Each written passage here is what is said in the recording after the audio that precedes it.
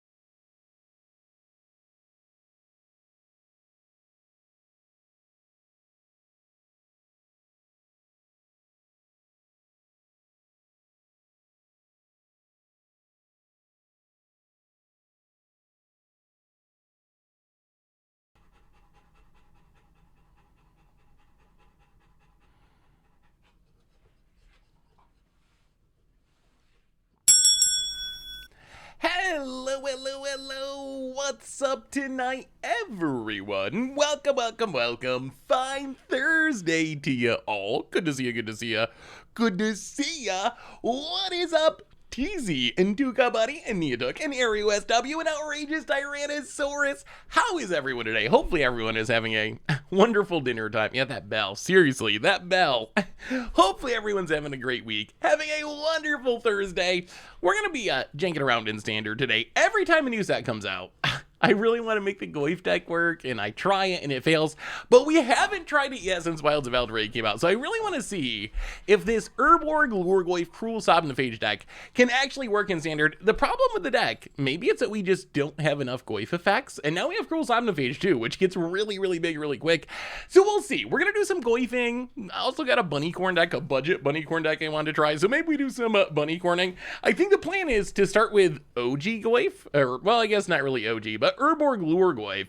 If Urborg Lhurgoyf fails, then we'll move on to the real Goyf and Regal Bunny Corn and see if that that does better. So I think that's the plan for today. Can I send you my list though? It's for best of one. Yeah, best of one is fine. I mean, I've been playing a little bit more best of one lately. I still mostly play best of three, but I do play best of one on occasion. Just ending up from the gym, workouts were great. Now it's cool to be down with you in chat on Thursday afternoon. Did you see the new Alchemy spoiler for CMC dying to Bowmaster? Wait, was it like the fairy thing? Let me see if I can look it up. I saw like some fairy, but I didn't really pay that much attention. Oh my god, yeah. Tillion's Throne Guard, heading to the world of alchemy. 4 mana 2/1. Flash, bargain, flying. When it ETBs, return up to one target spell or non-land permanent to its owner's hand. If Tillion's Throne Guard was bargained, the card perpetually costs 2 more to cast. This just makes me sad because it's like Venser, but not Venser. Wizards, let us bounce lands, Watsy. Please, it's 4 mana. Bouncing lands would be fine. It makes me so sad that we can't have any interaction with lands these days. Urborg Lhurgoyf, it is your night. Handing out the gift subs to Nate Fennelly and Sin the Ninja, Chicka Guy, Night Magneta, and Galaxy. Welcome y'all to the Fishbowl. Thank you so much for your subscription. Big soup for you. Thank you. Cut this workout short for the stream. That does not sound like a good health choice, but I appreciate it. Welcome, folks, Scrub. Anyway, let's do our reminders. We also have Doctor Who to talk about. My god, I don't know what to think of this set. I feel like I saw someone say today that this is like Gavin's passion project over at WotC, and I think that's true. Gavin seems so hyped about this set. To me, I don't know Doctor Who that well, and the card's got a lot of words on them. Seriously, look at all these words. Just scrolling through, there's so many words. Honest question, chat. During spoiler season, how much of the cards do you actually read? Number of cards and then words on the card. Words on the card. Lustful Jeans for the 35th month. Welcome to the Fishbowl. Happy Thursday to you. Seth, have you considered doing an update to the Karth Planeswalker deck in Modern? If not, what changes would you make? Ooh, I do love that deck. That would be a good one to do again. So I think we can update it at some point. I don't know. Have we gotten any new Planeswalkers or additions to it? Off the top of my head, I can't think of a Planeswalker that I would add to the deck, but maybe there's one that I haven't thought of. This card is probably my favorite from the set so far. Like, I don't know if it's good. I mean, it's a 6 mana 4/3, although it does have Myriad. It says the legend rule does not apply to creature tokens you control. WotC's so funny. They make everything legendary, and then they make a ton of things that get rid of the legend rule. It's so commander-y. Like, yes, like everything's legendary for commander, but no one actually likes to deal with the legend rule, so we'll just like make a ton of effects that get rid of the legend rule. But the exciting part about this card, triggered abilities you control can't cause you to sacrifice or exile creature tokens you control. So this is a commander that does something Cedric has the same line of text? Wait, does it really? Oh no, the legend text, right? This last line of text is the exciting part to me. This last line of text, what this means is any effect that puts a token into play until end of turn or to end of combat, like a Kiki Jiki, let's say. Kiki Jiki taps to make a token copy of a thing, but then you gotta exile end of turn. That's not gonna happen. Those abilities will not trigger with the master on the battlefield. So it's a really, really cool build around card. That's probably my favorite new legend from the set so far. Like I said, I mean, it's it also works with Myriad. I think that's like kind of the gimmick here. Like you make a bunch of copies, it sticks around, you attack with it, then they all get Myriad and it gets really crazy. So it's a really Myriad itself, yes. It also stops Myriad itself. You were correct about that. Really, really cool design that we just haven't really seen a legend that does that before. The other thing I'll say about these decks is Wizards kind of has put some good reprints in them. Can I find the deck list from yesterday? The deck list from yesterday was actually like the best mana base I've seen in a 3-color deck, I think that WotC has ever made. This mana base right here. So this is a Jeskai deck. And just look at this mana base. It's a lot of like rare lands, fiery islets in there. There's only 9 basic lands. Many of the duels can come into play on tap, like all the Innistrad lands are in there. So I think Wizards has, at least with these decks, heard our feedback about the mana bases not being very good. So I don't know, this set It looks sweet. I think I would appreciate it much more if I knew all the references. Like, I'm sure if you're a Doctor Who fan and you're like, oh, I remember Cyber Matt or whatever, like, it's probably even more exciting, but the cards look pretty fun. But anyway, the biggest debate I've seen so far is where people have mixed feelings about the Snuff Out reprint. People are getting reprinted but hate the art. It's on theme for Doctor, so I'm not sure what they expect. I will say, I've always thought that they should, okay, so we have these really expensive cards, and then collectors get upset when they get reprinted. What if the way that we reprint expensive cards is you just make sure the reprint has really bad art? Isn't that the perfect workaround? Like, people want cards to be playable. We want a cheap version to be playable, but then we also want, like, the game to maintain value. If you're going to spend a ton of money on a booster box, you want to get some value out of it. Maybe that's the solution. Like, you can reprint anything you want to, but you got to use really bad art. So maybe that's what they're going for with Snuff Out. Maybe they figured it out. Reminders, replay YouTube. Hey, I like Whiteboard. Is Whiteboarder really not that good? I was so surprised. I tweeted something a while ago about, I can't believe Wizards hasn't like done Whiteboarder reprints yet. And so many people were so salty about it. I did not realize what strong feelings Whiteboarder bring up in people. I mean, I like the old border best, but I would prefer Whiteboarder to the new border, I think. I actually don't mind the Whiteboarder, and in some cases, I actually like the Whiteboarder.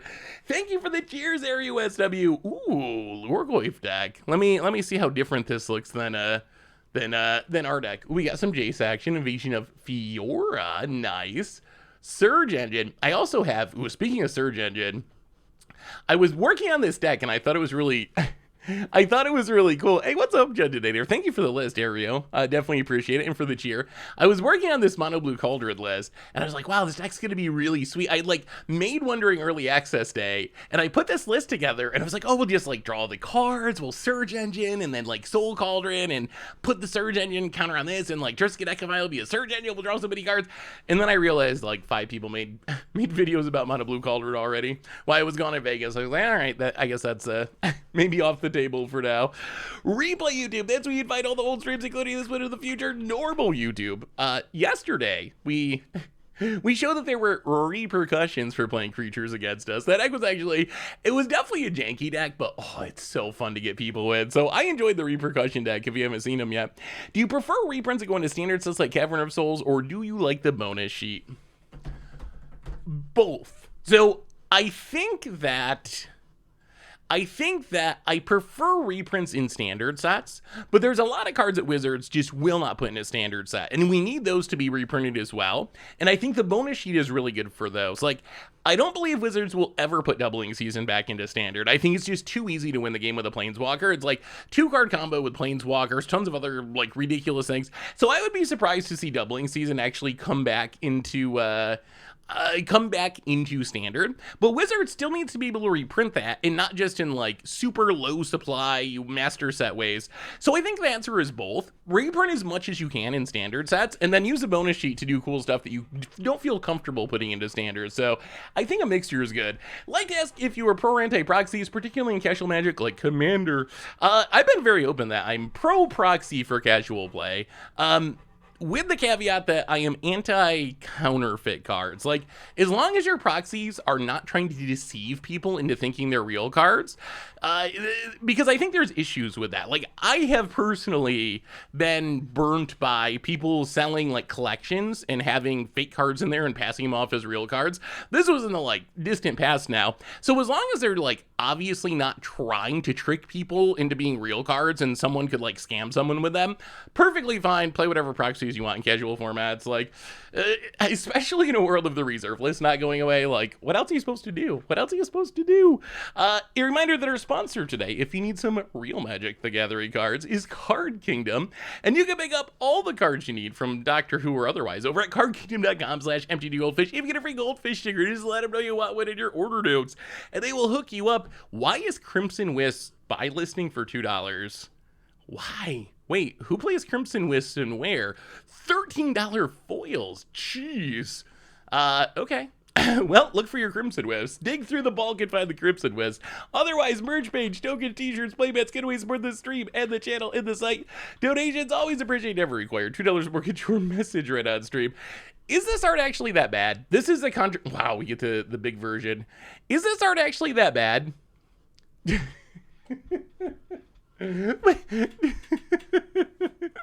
Are those black mana symbols for eyes? What is? I feel like they're trying to give me a hug. I don't feel like they're snuffing me out. What is going on in this art? Look at the black mana symbol eyes. Okay, hang on. Which art do you hate more, chat? Because I know people really hate this. I know people really hate this art. Yes. Look at that cauldron. Look at that cauldron. I actually unironically love the Faithless Looting art. I do. I would play this Faithless Looting. I don't know about the snuff out. I do not know what's going on with that snuff out. Belgar, it's Spice Lord MTG. Welcome to the Fishbowl. Thank you so much for your subscription. Big thank you. So would you play this? Let's say that the choice is this. You have to pay the full price for the original snuff out, which is like $12 or something, or you can get this art for like $2. Are you playing the Are you playing the Doctor Who snuff out? They want to kill us, said Steadfast. No, they want to help you. Killing you is just a side effect. Oh, I wish I knew Doctor Who lore. I would play this version. I have high tolerance, I guess, for janky art. Oh, all right. What is? Oh, they're killer. They don't look like killers. They look pretty soft and cuddly. They're actually killer robots. Doctor Who is weird. It is weird. Angels don't fly. Cuddly robots are apparently killing you. Black mana symbols for eyes. Are those a real eyes or is this a magic thing? Do they actually have black mana symbol eyes? All right. So our deck, we're going to start off with, we're playing some Goyf action. What is the goal of this deck? Fill our graveyard really quickly to make Urborg Lhurgoyf and Cruel Somniphage super huge. If we happen to mill him over, Tyver can get him back in the battlefield. Death Bonnet Sprout mills us. Gnawing Vermin mills us. Cruel Somniphage mills us. Blanchwood Prowler mills us. Old Snakefinger mills us. And then we can use the Huntsman's Redemption to maybe tutor up whatever we're missing, give our big things trample to close out the game. If we can get like a 10-10 Cruel Somniphage and trample it, probably just going to kill our opponent. And then for removal, we have Skyfisher Spider. So the gimmick of this deck is, because so many of our things, Old Stickfingers, Urborg Lhurgoyf, Cruel Somniphage, specifically care about creatures in the graveyard, we want to do as much as possible with creatures. We don't really want to play Go for the Throat, because it's not a creature. So we're using Skyfisher Spider is essentially our removal spell, and it might actually gain us a bunch of life too. As far as the sideboard, we get Duresses to deal with control, Canker Blooms for artifacts and enchantments, Malevolent Hermit, same theory, it's a counter spell, it's on a creature, Tyver Stand to protect our stuff against removal, and let's do some Goyfing. Did I enjoy Vegas? Vegas was super. It was super fun. It was a blast. I did enjoy it. I always have fun when we get to do Vegas. Got to play a lot of Magic, got to meet a ton of people, got to hang out with the Goldfish crew, got to say, Phil's cracks me up. It's how many of you are from Europe? How many of you are from Europe? I'm curious. So, are there any cards from the recent bonus sheets that you wish were in standard? Ooh, that's actually a really good question. We're gonna look at the mystical or the Enchanted Tales in just a minute. Let's look through them and see. I know there's some that I wish were in standard. How many of you are from Europe? I got a question. So one thing I noticed, and the best I could figure this was a European thing. We're in Vegas, in the desert, like literally the desert. It is super hot. It is super dry. Phil is like complaining about being cold all the time. Like anytime we're like at the hotel, at the event, Phil's like actually putting his like jacket on because he's so cold. And I was thinking about it. Why is Phil so cold? What I've learned is Europeans don't actually have air conditioning. Is it weird if you're from Europe and used to not living in air conditioning? Do you feel very cold when you go into air conditioning? Because that's the best I could come up with, why Phil was just always, like, putting his jacket on in Vegas when it's, like, I'm, like, super hot. Phil's, like, wrapping up in his jacket because he's freezing. So I wonder if it's just, like, not being used to air conditioning. Because I know, like, if you're American and you're used to air conditioning, and then I go to some place where there's no air conditioning, it feels, like, even hotter than it is just because you're not used to it. It's a different kind, yeah, that unnatural, beautiful, beautiful, unnatural cold. So that was fun. Got to play a lot of Magic. Got to win some games. Got to see a lot of cool decks from people. Got to eat some okay food. We went out to Benihana. I've been to a similar restaurant. What are they even called? What is the name of that restaurant where they cook right at your thing on the flat grill and like do their tricks and stuff?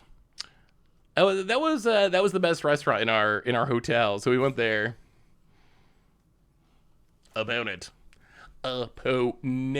So which Enchanted Tales could be in Standard? Would I want in Standard? I mean, personal level, although I know this shouldn't actually happen, Blood Moon, just because I love Blood Moon. As far as cards that I think would actually be good for Standard, I think, boy. So some of them we've had in Standard pretty recently, like Omniscience we know is safe for Standard, Parallel Lives or Anointed Procession is safe for Standard, Blind Obedience is safe for Standard. Which ones would be especially interesting and fun for Standard? I think Doubling Season would be fun. I don't think Wizards would ever do it.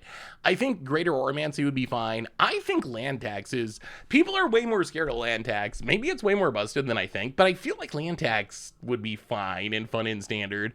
Smothering Tithe is cool combos. Sneak Attack, no. That would be too, I don't want to get Sneak Attack at Troxit or whatever. That seems like a bad time. We have a new donation from Spice Lord MTG 369. Thank you for that nice donation. Do you think you're a big enough streamer to get WotC to get card unbugged on Moto? Pia's Revolution doesn't work, so I can't play my jank deck. You brew, so I feel you're the best streamer for the job. What does Pia's Revolution do? And what is your jank deck? Actually, so I know some of the people at Daybreak. I've had conversations with them, and they're super, super cool. And I will say, they're way more responsive than Wizards when it comes to fixing issues and fixing bugs. I don't know how quickly ooh, are we playing a Proliferate deck? So the problem I would see is that Pia's Revolution is like very, very like unplayed. So I'm sure it's not going to be like at the tip top of their priority list, but I can mention it to someone from Daybreak and see if perhaps they can get your jank deck working for you. I will do what I can. Doug Dan Wildfire, welcome to the Fishbowl. Thank you so much for your subscription. Big super chat for you. Thank you. What about the Multiverse Legends or Retro Artifacts? Oh, all right. Let me see if I can look them up. Multiverse Legends, and then Brothers War Retro Artifacts. I know that there's some that would be sweet. So Multiverse Legends, I think any of the Praetors are fine. The OG Praetors, like they're powerful, but there's so much mana. Like I know people get salty about Elish Norn or whatever, and 60 card like. Sure, if you're playing a token deck or whatever, it's going to get you. But is it really that much different than like Toxrill or something? I don't even know if it's better than Toxrill at this point. So I think the old Praetors I would like to see in Standard. That would be kind of fun to have them back in Standard. I mean, Yarok, I would be fine if Yarok was always in Standard. It's not overpowered, but you can just build. But we don't need it. We have Elish Norn and another Panharmonicon. So it's not like we need Yarok in Standard, but it would be fine. Niv Mizzet's another fun build around that's definitely not overpowered. Although maybe, would it be overpowered with all the triomes? You could actually make the mana work in this Standard. One thing I wish they did more of is put these cool, like, Arithmethes and these cool Commander Precon cards into actual Standard. I would like to see that. My dream world is Wizards, like, instead of doing... Is the OG Titan cycle safe for Standard? Yes, with the possible exception of Primeval Titan. Primeval Titan, might actually just be too busted. Primeval Titan's a very strong card that scares me a lot. It might be fine, like, as long as there's not a Valakut or a Field of the Dead. Like, if there was no payoff land in Standard, it might be fine. The rest of the cycle would be fine. Vorinclex would be broken. I mean, you can kill Vorinclex. It is annoying, but it's also, like, infinite mana. Is it better than, like, Atali or Atraxa? I don't know that it's actually better than Atali or Atraxa. All right, what do we want to do? We still don't have blue mana somehow. Not good at finding blue mana. Well, does this blow up creatures or any permanent? When you do, destroy target non-land permanent.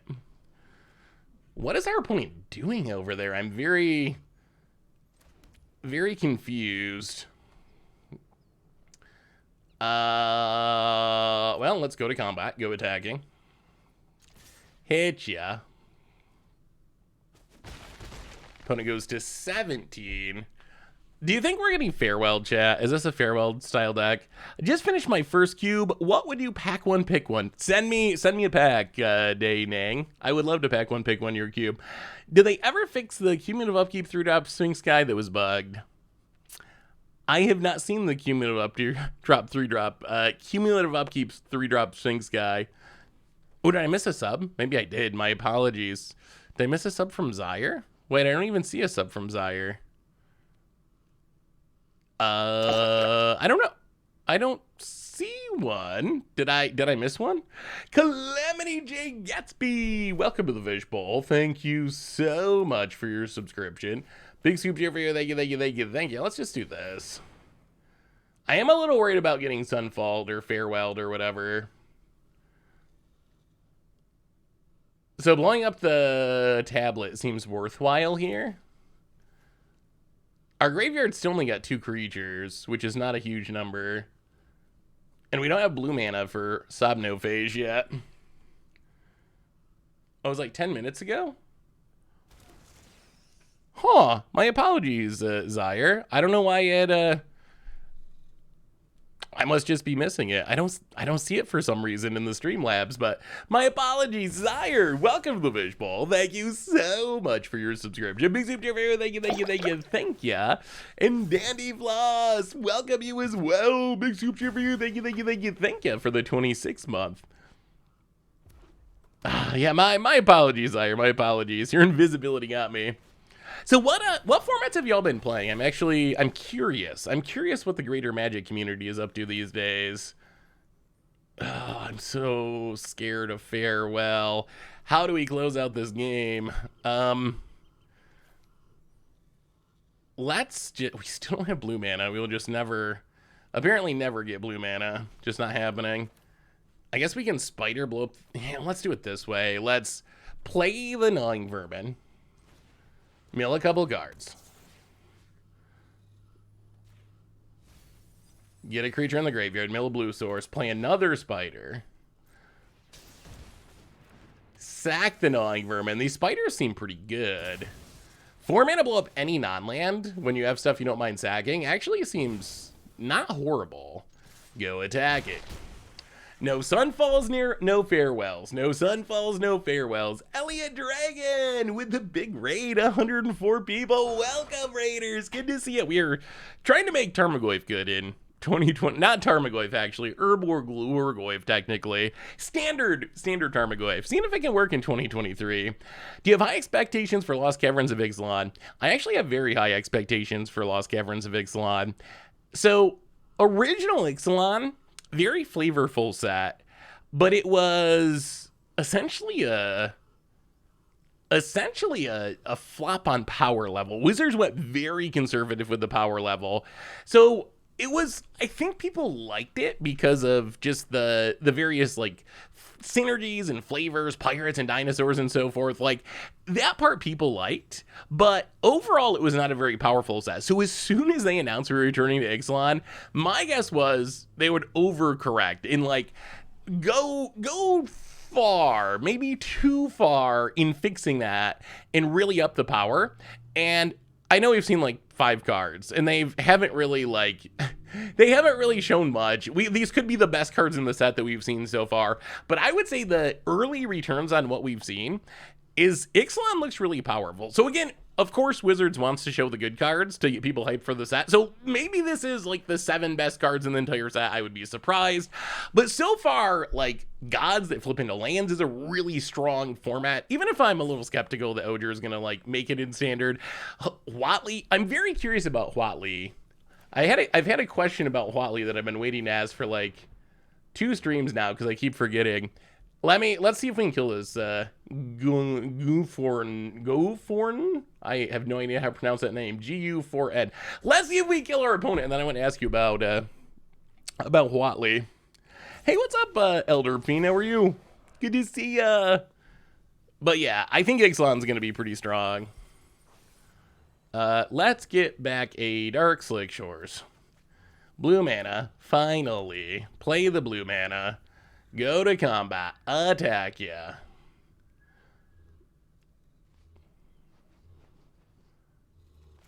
About it.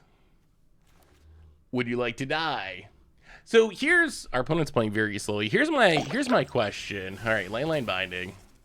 Winter Malant, welcome to the Fishbowl. Thank you so much for your subscription. Big soup to your video. Thank you. So we know that Wizards has talked recently about minimizing planeswalkers. Hector, welcome to the Fishbowl. Thank you so much for your subscription. Big soup to your video. Thank you. So Wizards has talked. They're getting rid of planeswalkers. They're doing like one. Oh, I wasn't trying to complain. I just realized that we can actually talk about this now because the game's not going super fast at the moment. So Wizards has talked about minimizing planeswalkers. Only doing 1% when they used to do a ton of them. They printed this Huatli, and the first thing I thought when I saw this Huatli was, would Magic be better if this is what planeswalkers were the whole time? So in some ways, sagas are planeswalkers. They're planeswalkers that you have less control over, and they have a cap on them. They're not going to stick out forever in Ultimate, but they're permanents that have a bunch of abilities that are going to trigger every single turn and generate repeated value for as long as they're on the battlefield.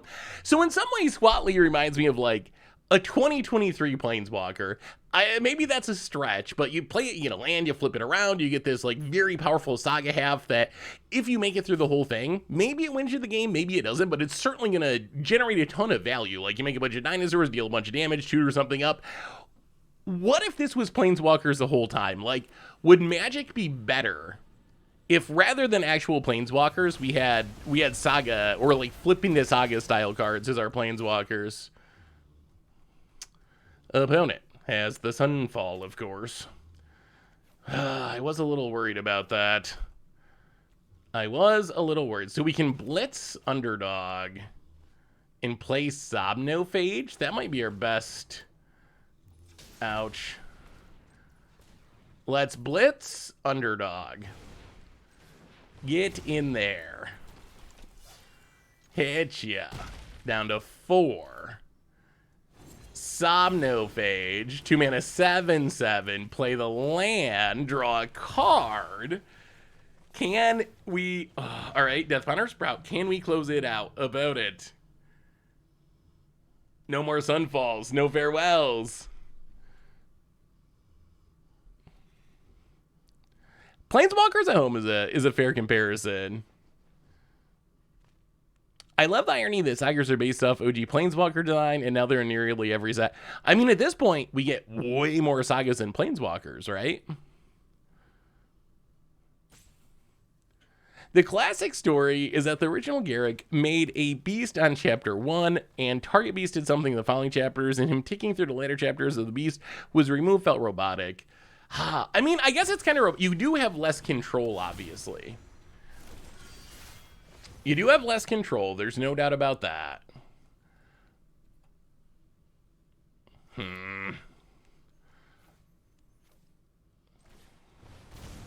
Well, blitz the Underdog. Go attacking. Found it blocks. Are we gonna end up losing this? This would make me so sad, because this feels like it's been a pretty good draw for our deck. Well, Underdog, we get to draw. Urborg Lhurgoyf. Well, 1, 2, 3. So play the Goyf, no kicker. Death Bonnet Sprout. All right, no farewells. No farewells. Please, no farewells. Opponent. Would you like to die? How about just dying? I think Burdiclad would be fun with all the tokens and standards from the retro list. Oh yeah, I didn't get to the retro list.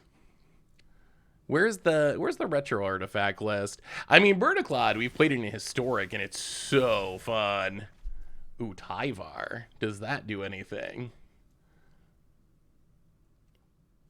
Well, let's...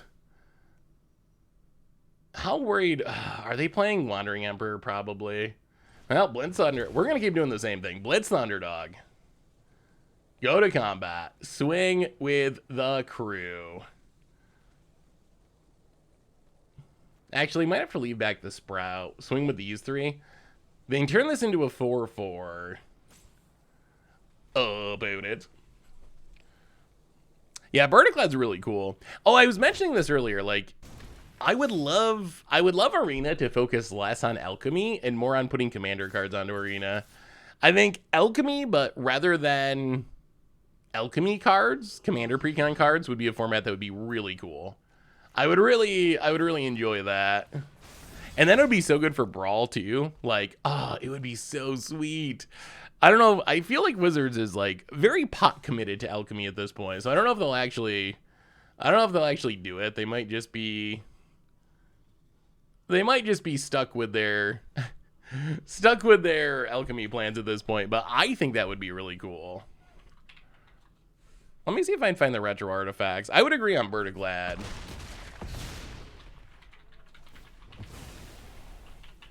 Opponent does a bunch of blocking. We get to draw from the underdog. Ooh, Huntsman's Redemption.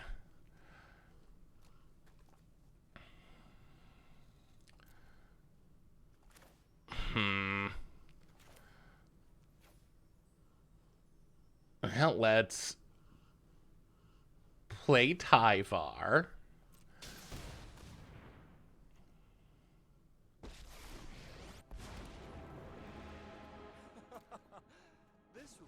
Take down Tyvar. Get back another Goyf. I mean, we are putting a lot of power on the battlefield. I will give our deck credit for that. Actually, maybe Blanchwood Prowler's better here. We kind of want to land. Yeah, let's get the Prowler. Get the Prowler, get a land. Because we want to be able to blitz the underdog and Spider next turn if we need to. Yeah, Jace. I wonder if Jace is worth it. Well, get a Darkslick Shores. Play the Darkslick Shores. Pass the turn. No farewells? No Sunfalls? How about no farewells or Sunfalls? We can beat an Atraxa with this Spider. We're like so close. Am I brewing anything from Doctor Who? There's a couple commanders I definitely want to build. Like, the challenge of Doctor Who is an opponent scoops it up. And Goyf actually getting a win. So, the challenge I would say of Doctor Who is it's only legal in Commander and also Legacy. So, we can't really brew around in most formats. I don't even think... Yeah, we were talking about the... Hey, Bearby. We were talking about the Snuff Out reprint. What do you think of the art, God? Some people really do not like the art on the... do not like the art on the Snuff Out. I thought it was kind of goofy. I mean, it's goofy. That's fine, right? I also kind of wish Doctor Who was modern legal. Do I wish it was modern legal?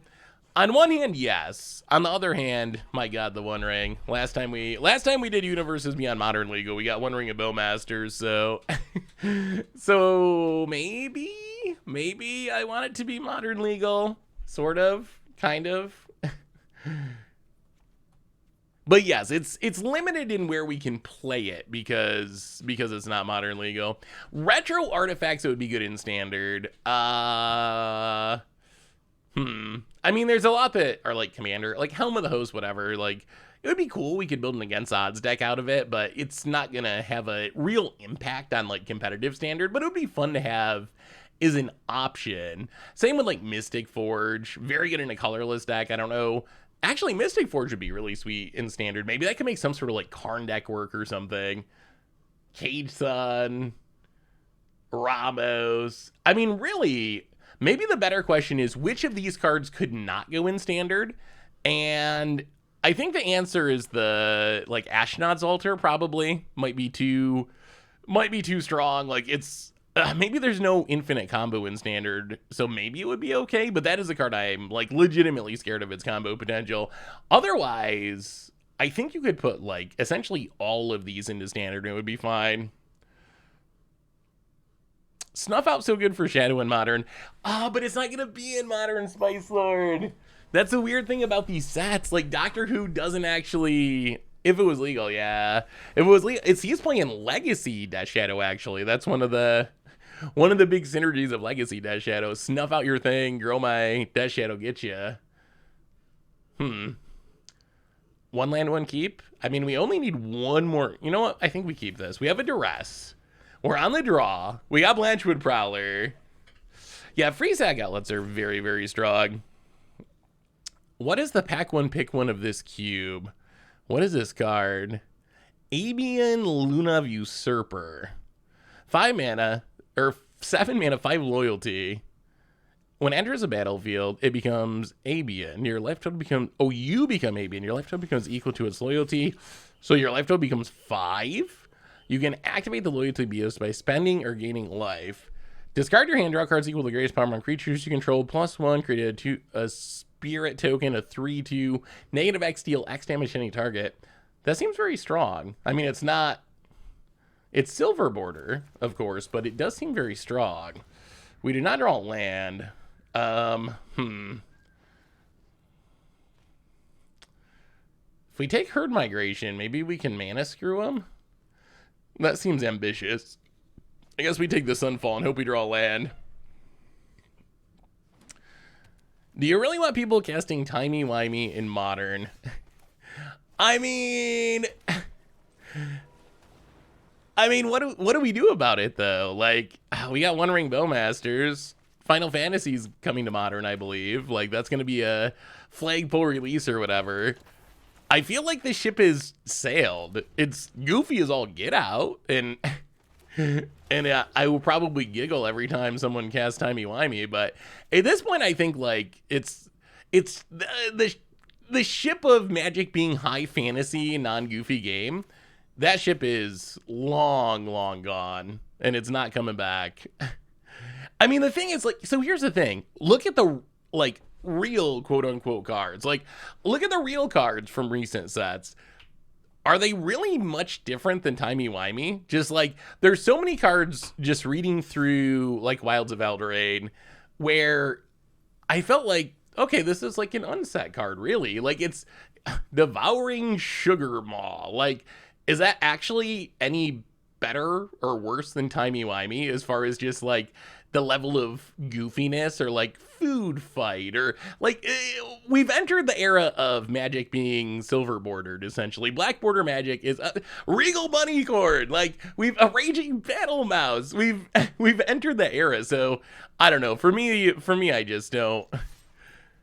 It's a battle I'm not even interested in fighting at this point. Like, would Magic be better if it was more serious high fantasy? I don't even know if that's true, but we could have a conversation about it, maybe. Like, there's arguments both ways, but I think we're just, like, way past that at this point. I had to pop out for a second. What did you think of the retro list?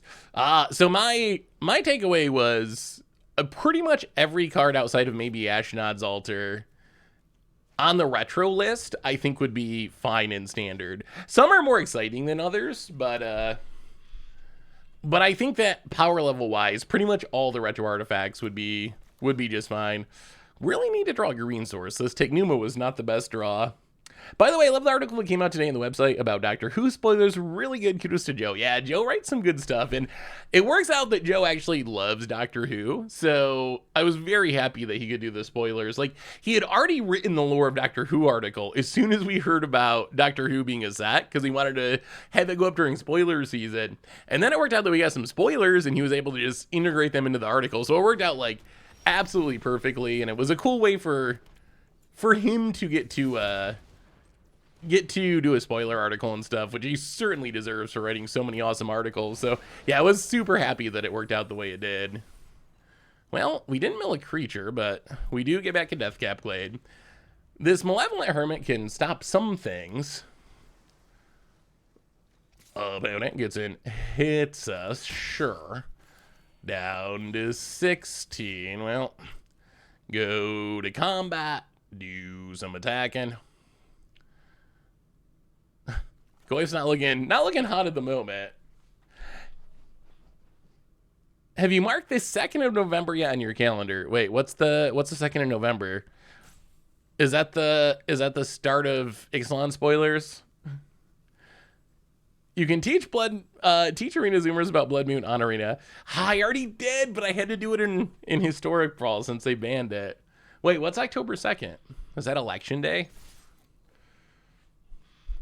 Get in, hit ya.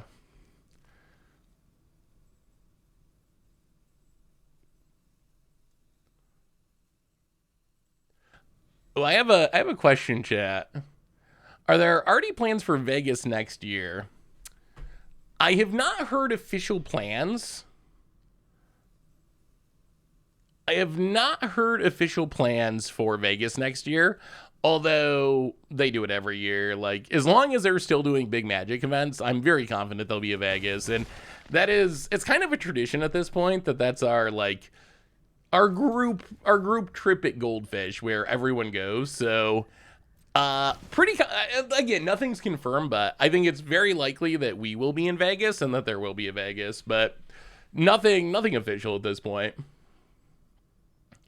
I don't know though. After my nightmare return home, maybe I'm done. Maybe I'm done traveling to events. Stupid cars. Oh, did I tell you my car story? Oh, so go to Vegas. Go to Vegas for a week. It's super fun. We do the event. We do all the content. We do the podcast. All that kind of stuff. Oh, does this matter? Sort of. They only have one card in hand. I did fly. I just have to drive to airports because I live in the middle of nowhere. I had to drive in airports. I did not get the sick bomber jacket. I saw the sick bomber jacket though, and it looks sweet. The Magic merch has gotten much better. I always think of Magic merch as being like super cringy, and I would never wear it. But I will say, since they started doing Magic Cons, some of the merch that they have at Magic Cons it actually looks pretty cool, and I would wear it. It's also very expensive, so I never buy it, and it also has very long lines, so I never want to wait in line. But it does look way better than I would have expected. It's no ban list historic from the 2nd of November again. This time with oh, I am. I totally missed the announcement of this event. Yes, I am very excited about that. Oh, we will definitely at least do a stream. They suggested they might actually create a format that's no ban list historic. That's something they're testing, which I wouldn't mind having a 60 card format I could Blood Moon people in on Arena. I'd be down with that. So I can get to like Syracuse or Rochester in around an hour. But if I go to Buffalo, they do actually a direct flight. So I usually go to Buffalo, even though it's like twice as long of a drive. Well, let's go attacking. Go attacking. Hit our opponent for the big 2. At some point, we might have to kill this Archangel. I think this turn we probably like Huntsman's Redemption. Mill with Somnophage.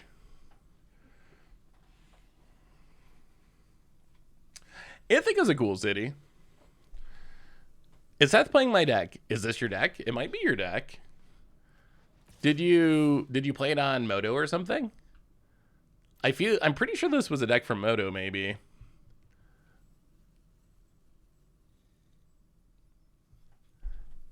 We're trying to figure out if Goyf... How is this actually your deck, Okie Scoop? How's it been for you? Is Goyf good now?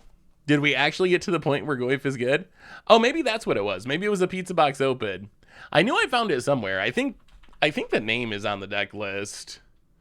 I'm pretty sure. Okie Scoop. Yeah, it is your deck, Okie Scoop. So hit you to 22. How did it feel? Would you make any changes since this is your deck? Let's see. Let's mill for 4. Can't wake up. Wake me up inside. Can't wake up. Bring me. What band is that? Oh man, that's like stuck in my head. That's a. Oh, does anyone else remember that song? That was like a big song at one point, right?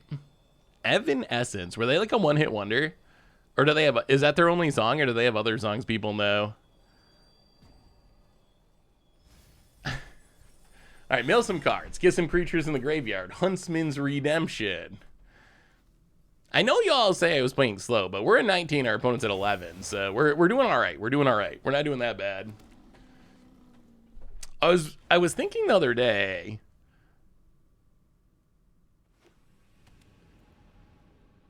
Opponent.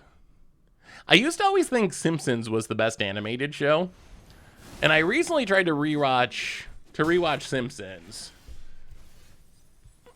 Well, milling the underdog's good. Well, let's sack the Prowler. How do we beat the... We need like a Massacre Girl. A Massacre Girl would be sweet. How do we remain alive here? Maybe we gotta get the Spider? Oh, that feels so bad too. We already have a Spider, but the Spider dying can gain us a bunch of life. How big is our Somnophage? 6/6? I'm not feeling super good about where we're at. All right, let's take the Spider. Let's take another Spider. We will play the Spider. Or should we just play big things? Can we win? Is there any way we can actually win? Okay, let's do this. Let's do this. We're going to kick this with black. Kick it with black. Mill some cards. We're going to go for the win. Mill some cards. Cruel Somnophage. Pass the turn. Don't kill us. Don't kill us. Don't kill us. Please don't kill us. So I recently tried to rewatch The Simpsons, and there's some really hilarious episodes. But I get to like season 10, and my God, it hurts. It hurts. And it got me thinking, like, I don't know. At some point, is The Simpsons overrated? Like, if you make 10 really good seasons, and then you keep going for another 25 years after that, and they all are painfully horrible, are you actually a good show? Do we rank it based on the, like, the peak, the 10 best seasons that were, like, classics? Or do we rank them based on the 25 seasons to follow that are unwatchable? I guess that's a normal thing with animated shows. Can you think of a single animated show that was good all the way through? I don't think it exists. Yeah, Family Guy, South Park, same thing. Rick and Morty didn't even make it 10 seasons. Rick and Morty, like, the first, 3 seasons are really good, maybe 4 seasons, and then it's kind of, like, already started, in my opinion, to... Bojack's a good one. Bojack was strong all the way through, although it did end much earlier. It didn't try to go 10, 15, 20 seasons. It had a story to tell, and it told the story. I think from start to finish, Bojack might be the best animated show, honestly. Like, almost every single episode. I guess, actually, Bojack's kind of funny. I think the first season is actually the worst. Maybe that's not that unique. Actually, if I go to rewatch an animated show, I often skip the first season because that's like the show finding its voice, and it's usually not that great. And then it gets better. It gets better in future seasons. Beginning upkeep, you can exile a card from a graveyard. If a creature was exiled that way, put a +1/+1 counter on Death Bonnet Hulk. How do we not die here, though? Bob's Burger, I like Bob's Burgers. I think Bob Burgers is underrated. You know what the most underrated animated show is, though, is definitely King of the Hill. That show does not get anywhere near the credit it deserves. That show is actually, I can still rewatch King of the Hill and find it funny. And it mostly is funny all the way through. Like, even a lot of the later episodes are usually pretty funny. I don't think it's as good as, like, the greatest animated shows, but it's still, so funny.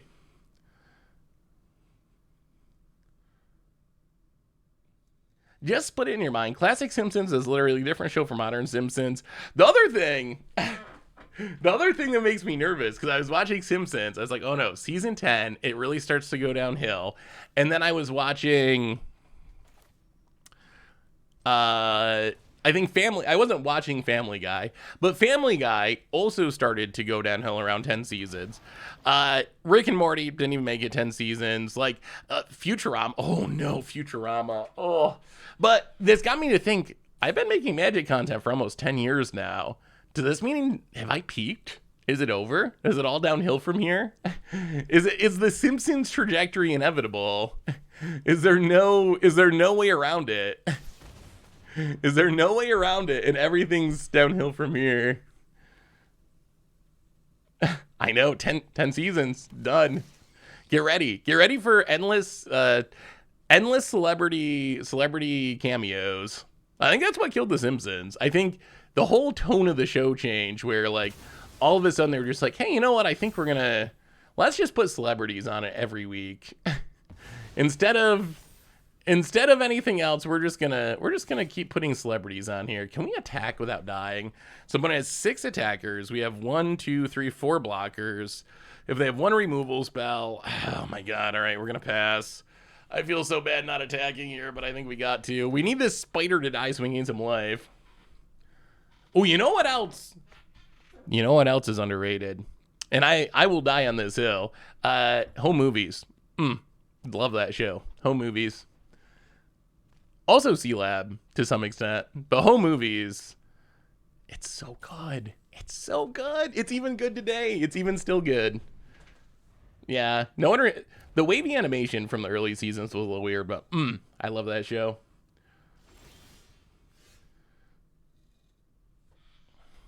Simpsons turned into animated SNL, didn't it? Like, yeah, it got so weird. Well, now we can try to do things. We're gonna, let's see, play a land, play another spider.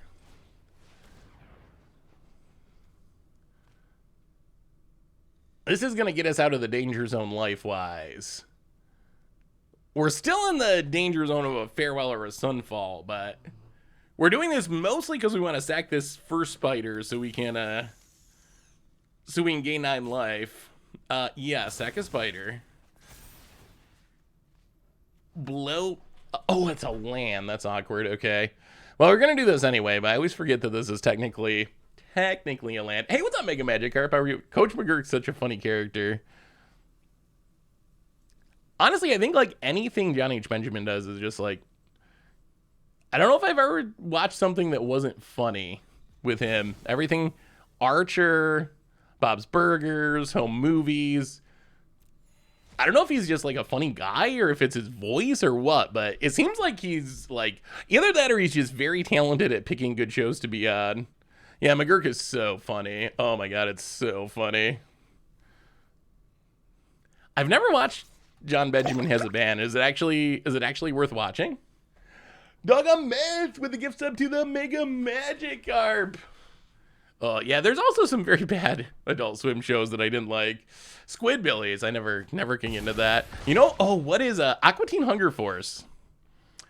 I never understood why people got so hyped for that show. Never understood it. Oh, we're gonna get Wrath so bad, and I'm gonna cry. I am gonna cry. They have 4. We can block here. Block here. Alright. Yeah, run it up. Can't wake up. Cruel somnophage. I never got into Frisky Dingo either. Did you ever watch the Venture Bros? No, that's one so it's one that I saw. I've seen episodes of just from like randomly watching Adult Swim back in the day. Never seriously watched it though. I know it's like very highly thought of, very highly ranked. So it's one of those shows that I feel like I should watch, but I never actually do. Well, okay. Another spider's interesting. Go to combat. I mean, we have 3 9/9s. We just need to not get... we just need to not get farewelled. We need to get the pressure on. Attack with a bunch.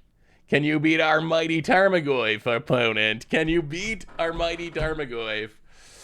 Robot Chicken's funny. I liked Robot Chicken a lot when I first saw it. It does get a little old sometimes. It's like, can be hit or miss depending on what the skit is. Oh, what was the... oh no. When I was I was trying to download some stuff to watch on the way to Vegas on the flight. Oh, what's a really popular sketch comedy that's like 15-minute episodes, not animated? I can't even think of the guy's name. It was some of the sketches were really funny. Oh, why can I not think of it? Oh, it's probably on my phone still. It's a show that I'd always heard people talking about, and I was like, you know what? I'm just gonna finally. No, Kids in the Hall. I know this is like a new active show. Key and Peele. No, I've seen Key and Peele. Eric Andre Show, Whitest Kids. No, I know those. That's not that one. Those are all very good suggestions. Let me see. It's got to be in my downloads on my phone, I think. It's got to be. Is it not? Oh, I think you should leave. I think you should leave, yeah. Nathan, yeah, I've seen Nathan For You. I think you should leave was really good. It's a sketch show, so it's some are more hits than others, but overall, I thought it was very funny. This is going to be a sweet turn. So we get to play a spider, sacrifice this token to blow up the ley line binding, to get back another spider, to sack this spider, to gain a bunch of life and blow up your token, and opponent, yeah, we're going to gain it. We're up to 28. Can you draw a Sunfall? Can you draw a Farewell? Can you draw a Sunfall? Can you draw a Farewell? That is the question, opponent. Desperation Cycle. Redraw. Is it Sunfall? Is it Farewell? It's a Topiary Stomper, and that is a Goyf win, and our opponent scoops it up. Yeah, Death, Love, and Robots has some very good episodes, too. Oh, what do you think of Twilight Zone? I got it in my head recently. I think because of Doctor Who, I got in my head that I should go back and watch Twilight Zone. Is Twilight Zone still worth watching today? I know I watched it a long time ago, and I've seen a lot of the classic episodes. Or is it just too old? I mean, I definitely agree it's one of the best shows of all time. But is it one of those best shows of all time that are actually worth watching still? It's got great and bad episodes. Yeah, that is also true. I mean, there's some things that are great and I just don't enjoy. I will admit that Godfather is great. Oh, Black Mirror is the new Twilight Zone. Black Mirror was the new Twilight Zone. And then, Black Mirror, how did they Weezer it so bad? Do you play any Ataris in this? No Ataris. We're playing the spider instead. Oh no, Lucid, my apologies. I totally missed it. We have my new donations from Lucid. Hey Seth, have you ever been to a Renaissance fair? I used to go every weekend when there was one in my hometown. My partner and I still are going to one this weekend after years of having not been to one. Excited to watch fencing and get my fortune read. We actually have. So one of the weird quirks of living in upstate New York, there's not much around here. There's no real like super big cities. The music, kind of hit or miss. But there's a couple things that we do have. One thing we have is a very good Renaissance fair that goes all summer. The Sterling Renaissance Festival that is not super far away, and it's actually really good. So I've definitely been to a Renaissance fair. We also have a lot of like outdoor music stuff, like little music festivals and stuff, which are super fun. So those are the perks of upstate New York. These like outdoorsy festival things. Yeah, Renaissance fairs are cool. Aren't you like a 3-hour drive from the biggest city in the world? Like 4 hours, but yeah. One of them. The funny thing is, when people hear New York, they assume New York City. I almost never go to New York City though. Like, yes, in theory, I could go to New York City in like 4 hours whenever I wanted to. In practice, I never do it. Very, very rare that I actually go to New York City for something. Yeah, Woodstock was not super far away. I mean, that was an upstate New York thing back in the day. No, now they don't have like, they're not Woodstock level events, but there's tons of like small weekend festivals, various like stages out in the woods where you can like camp out for the weekend, have like local or regional bands play. So good, nice summer entertainment. Ronald Grinder, welcome to the Fishbowl. Thank you so much for your subscription. Big super for you. Thank you. How's your day going? And what do you think of the new card, Don't Blink? Let me pull this one up. That is from the episode of one of the episodes of Doctor Who that I've watched. Oh, Don't Blink, it's that one. Yeah, Don't Blink. It makes me sad. Opponent's milling all of our underdogs, which is nice.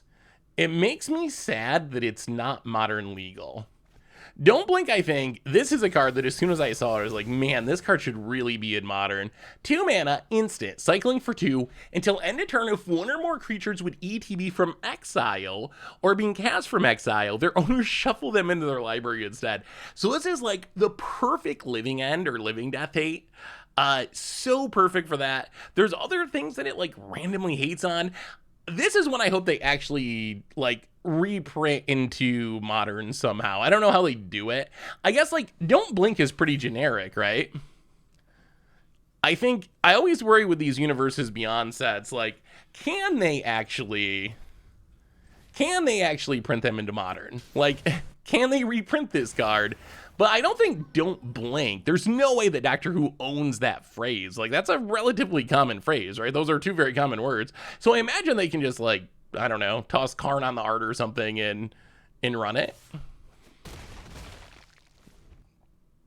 Pack one, pick one. Oh, let me see, Tuka. Oh, is this a new one?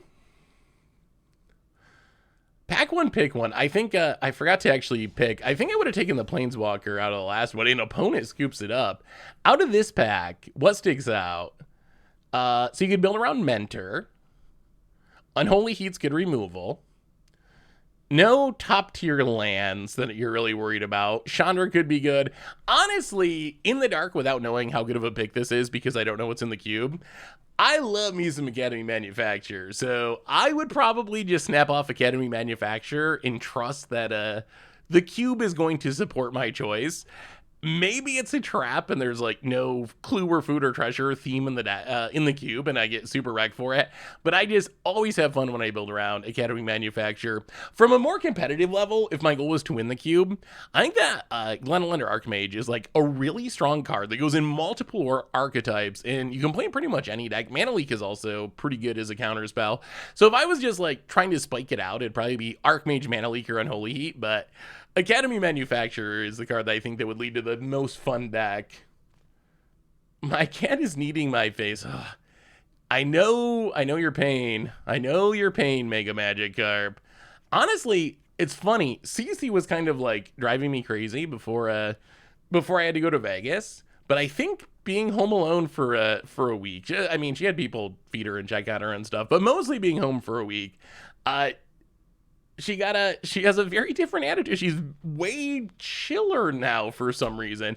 I don't know if it like made her feel comfortable, like this was actually her home or whatever, but for whatever reason, like before she was like very meowy and she'd like, I couldn't figure out what she wanted. She'd just come up and like scratch me and meow. And if I tried to pick her up, she'd like back off and then she'd like do it again.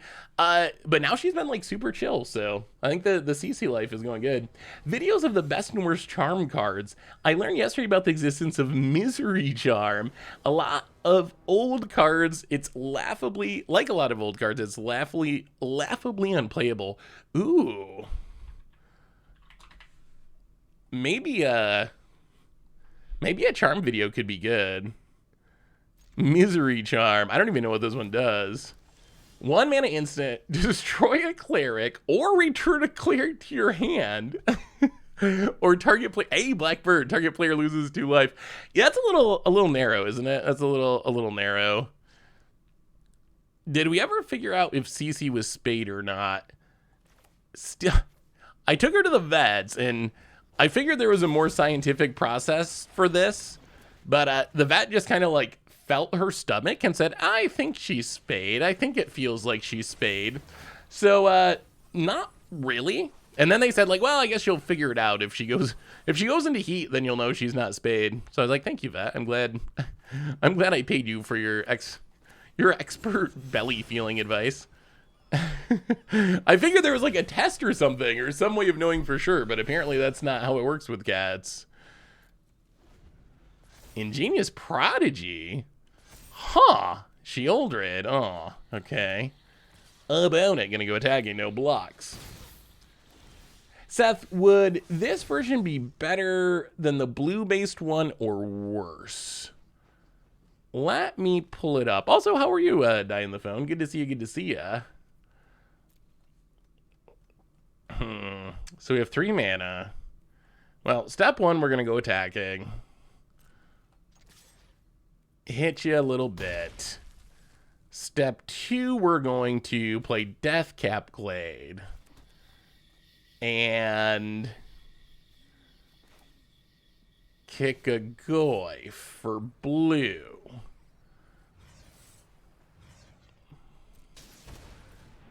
And mill some cards. I mean, that's a Goyf. Oh, that's a dead Goyf. Okay. I thought we were going to have a Goyf, but apparently not. Grixis Swarmyard. Ooh, Maestro's Ascendancy. I was so hyped for Maestro's Ascendancy when I got split. We're going to have to revisit Maestro's Ascendancy because I thought that card was going to be really good, and then it just ended up doing nothing. Well, eat the Shieldred, grow our dork, play a land. Go to combat, hit you with the Hulk. So 1-drop's getting big. It is getting big. Am I getting any more pets? I mean, I didn't even plan on getting a cat. The cat kind of got me, so I always thought I would probably end up with 2 dogs. I like the idea of having Bear having a friend that he can play with. So I think getting another dog at some point is likely, but it's not in my immediate short-term future. It's more like eventually if it works out, I'll get another one. When are you going to get around to watching Succession? One of the best shows I've seen in years. I think you'd really like it.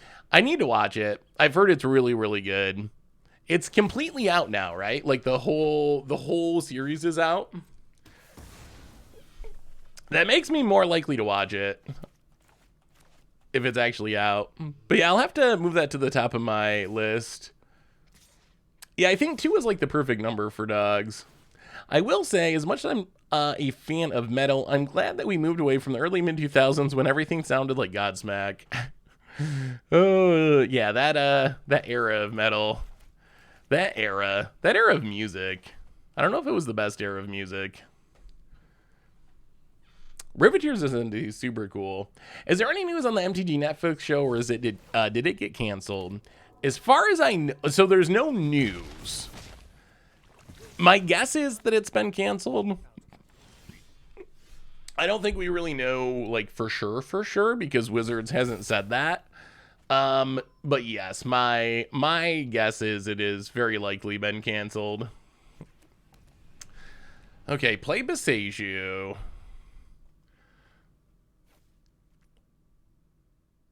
Go to combat attack. Opponent gonna block. I'll play a Somnophage.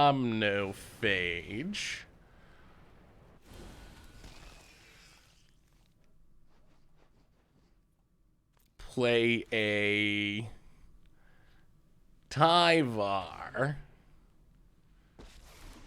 Ooh, it resolved. Okay, take down. I mean, our creatures are just big. Our creatures are very large. Get back at Goyf. It's an 8/9. Opponent. Land. And half of our opponent's creatures can't even block, which is good for us. Seth, if you love the classic Simpsons as much as me, there's a Twitch channel that streams one classic episode once a week, actually at 8 p.m. Eastern time. So if you're done streaming by then, you can catch it. It's called Daily Simpsons. They leave in the old 90s commercials in the recording. Ooh, is there like a chat and stuff, Cat Cam fan? That actually sounds super fun. Do I do podcasts? Like guesting on podcasts or whatever? I mean, obviously I do the Goldfish cast and the Commander Clash cast. Those are the two that I... Oh, do I listen to any non-Magic ones? Yeah, although honestly they're mostly like boring news podcasts. I try to listen to like I listen to the Daily quite a bit, the like New York Times like daily news podcast. So I listen to podcasts like that. I haven't listened to many like super entertaining non-Magic ones. Usually if I listen to podcasts, it's more I like actually, that's not exactly true. I like educational podcasts. I guess a lot of them are kind of NPR-y, but like Hidden Brain, I think, is a really interesting podcast. Freakonomics, one of my favorite podcasts. This American Life, they don't make new episodes as much as I'd like anymore, but This American Life, I think, is kind of like a pretty classic. Their good episodes are really good.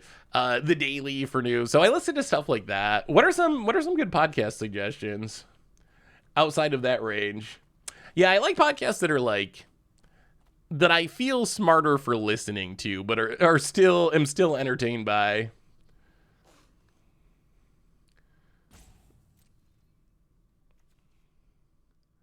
All right, let's go attacking. Get in some. I mean, we're still at 10.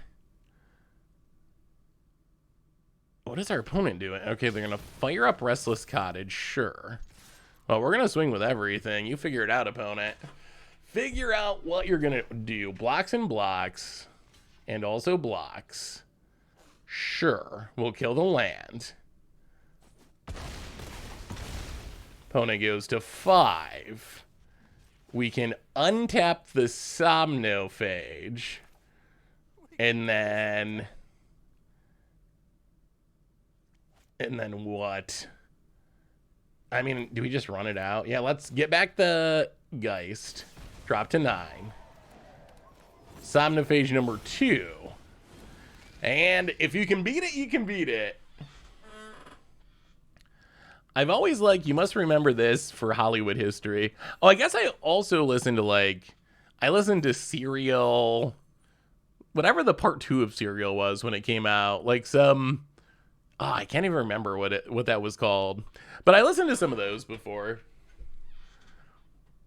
Oh, what was one that I listened to? Oh, there was a humor one I listened to that was actually really funny. I think it was called My Dad Wrote a Porno. Which it sounds way worse than it is. But it was actually really funny. It was like apparently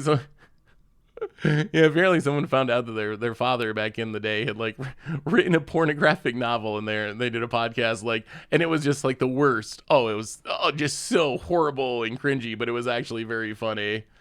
Yeah, if you like humor and don't mind like a little more adult humor, it was actually it was actually a very funny podcast.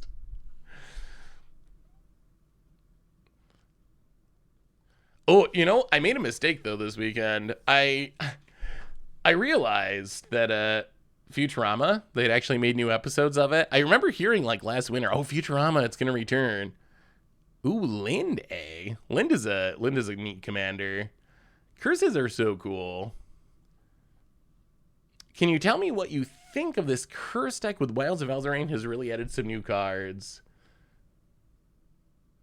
35 lands would make me slightly scared. I usually try to be around 38, but the actual deck, as long as you're hitting your land drops, I guess who cares? But the deck looks really fun. Lots of sweet curses, some cool enchantment synergies. Oubliette, not $40 anymore. Yeah, that looks super cool. I tried to watch the new Futurama episodes. It was so bad. It like hurt. It made me sad. It's like listening to a new Weezer album. You turn it on and you're like, oh, I remember when I used to like you and think you were so good, but now you're this. Now you're this, whatever this, I don't even know what this is, but it's not what I want. Bit Rider! But I only made it through like 4 episodes before I gave up, so I don't know, maybe it takes a turn for the better, but I was very disappointed. I mean, I guess I had kind of set my expectations for it not to be good, because I feel like, you ever watch Game of Thrones? You ever watch Game of Thrones and who's the dude that keeps coming back to life? Like the priest keeps bringing him back to life. Bird Rider, welcome to the Fishbowl. Thank you for your subscription. Big Soup Jivir, thank you. Futurama's like that. Like the dude that keeps coming back into life in Game of Thrones. At one point they're like, yeah, but I like every time I'm brought back, I lose a little bit of myself or something. Not Jon Snow, he came back once, but like the other priest guy from the Band of Brothers or whatever. But he's like, every time I come back, I can feel it. Like I lose a little bit of myself. I'm not quite the same. That's how Futurama is. Like, this is what, the 4th time it's been brought back. Every time it gets brought back, it like loses a little bit of itself. And now on the 4th brought back, it is just like a zombie that's just kind of stumbling around, it has no idea what it's doing. But Dries for the 23rd month. Welcome to the Fishbowl. Thank you so much for your subscription. Big super for you. Thank you. Mr. Olive, do you allow the sharing of deck text, whether for redeems or bits or other means? Yes, you don't have to do anything special. You feel free. We allow links to any safe Magic site. So if you got a deck list you want to show off or anything like that, by all means, stick it in the chat. I'd love to see it. I mean, if you want to do bits or any of that stuff, you can, but it's not required. I'd love to see your deck list. You don't got to do anything special. Wedding announcement, eh? Well, what's in our graveyard? A Somnophage. Well, that's Dark Slick Shores, and I guess just kick a Goyf? Yeah, kick a Goyf, mill some cards. Somehow we didn't get a land off that Blanchwood Prowler, which is awkward. Go attacking. Opponent. Regarding the curse deck, you have to hit the lands early in the game, but once you start drawing with Lind, you don't struggle that much. I guess that makes sense. Yeah, once you get going, it's probably fine. And what a setup here. Wedding announcement with Toskia's Welcome. Opponent's going to draw some cards, that's for sure. We're going to miss on land drops, that's also for sure. Oh, boy. Why can't we hit our lands? Well, all right, let's just 1, 2. Somnophage. Can't wake up. Wake me up inside. Say my name and save me from Alex Mateo. Welcome to the Fishbowl. Thank you so much for your subscription. Big super here. Thank you. Well, we're definitely the aggro. Can we close out the game, though? That's the question. About to get a block. And drops to 14. All right. No sweepers, opponent. How about you being one of those blue-white control decks that does not play any sweepers? How's Bear doing? He's doing well. He's doing super well. He's trimmed down a bit. I mean, he's still massive. He's just a big dog. But he's trimmed down a bit. I think he's in better shape than he was. We've been being a little more careful with he really loves people food. Like if I'm having something for, dinner or whatever, he definitely wants the leftovers or the scraps. So, but we've really focused on cutting down no people food or minimal people food for the bear. And I think that's helped a lot with his diet. Yeah, the repercussion deck ended up being super funny. Does bear like cereal without milk? Bear likes literally everything. I don't think I found something yet that actually, no. So he, at one point, this was funny to me because I didn't know what happened with animals as well. But at one point, he like got in a package of hot dogs and like ate the whole thing of hot dogs and then ended up like puking them back up. And after that, he would not touch a hot dog. Like he still does. If I give him a hot dog now, he will just like spit it out, leave it on the floor, won't even touch it. So I think for some reason that experience is like seared into his mind, and he has a fear of hot dogs now. Well, let's play a Tyvar. Oh, do we play into a negate? That's unfortunate. Protect the Negotiators, draws a card. Well, I don't know if we can actually close this out. Our opponent's got this like card draw loop set up. How do we kill them? Our opponent's got so much card advantage. I don't know if we can close it out. We got him down to 4. I wish there was some evasion. Would Goyf with trample actually being too much? First time seeing this live. Enjoy the YouTube vids a lot. Hey, Fat Boy Slim Boy. Thank you. I'm glad. Oh no, Elspeth. That's not ideal. Not ideal. Welcome to the stream. My parents' dog used to love playing with a water hose until she accidentally breathed a bunch of water. Now she's scared of it. Oh, Bear loves the water. The water is like his favorite thing in the world. Well, go to combat.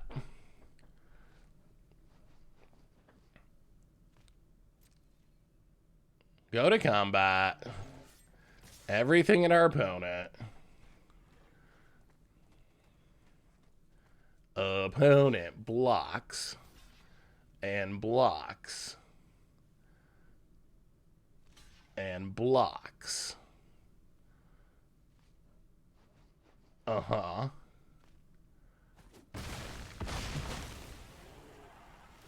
So, kill the vermin. Play a Somnophage. Play old Stick Fingers. I mean, how many 10-10s does it take to win a game of Standard? We have 3 10-10s on the battlefield and we can't win. Oh, Bear does not like the vacuum cleaner. I don't have a Roomba, but he's less scared than he used to be. Very scared of the vacuum cleaner, but he's less scared than he used to be. Teamer Duplimancy. Vasuban Duplimancy is definitely a spicy card. Ooh. I actually really like this idea. This is a cool idea, Shy Guy Gamer. Wow, that is a lot of removal. Double destroy evil. Opponent gets in, hits us.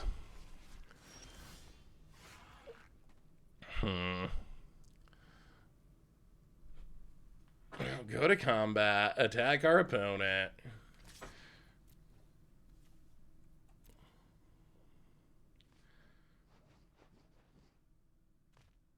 Wait, seriously, got 3 of them?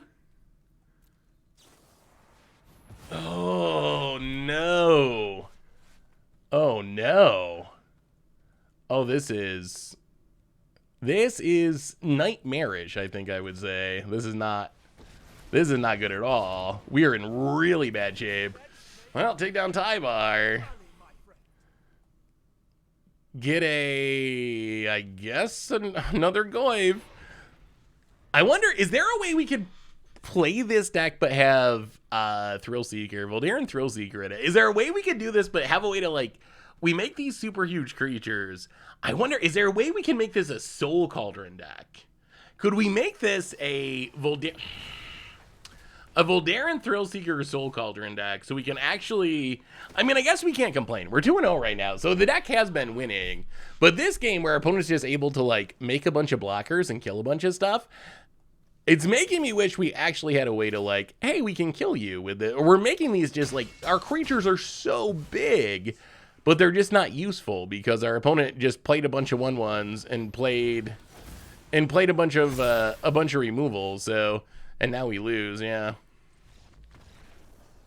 Yeah, I wonder if there's a way we could get Thrillseeker in there so we could actually close out the game. I like that idea. Hypothetically, if the Enchanted Tail was the other lane line, where instead of pinging, players can't gain life and damage can't be prevented, would that have been better for the deck if you had to only run one of the other ones alongside the Core Set 2021 run?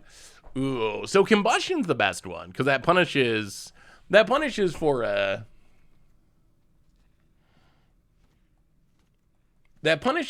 getting Thought Seized, which is actually pretty big in Historic. So I think that that's the best one.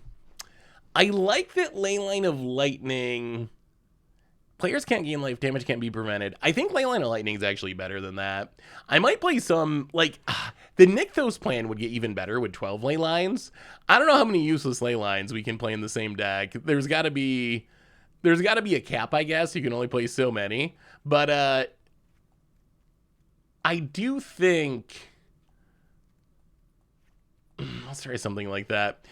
But I do think that Leyline of Lightning is better than damage can't be prevented. I play Commander exclusively, looking to get a Modern to play with a friend. What color would you recommend for a budget newbie Modern player?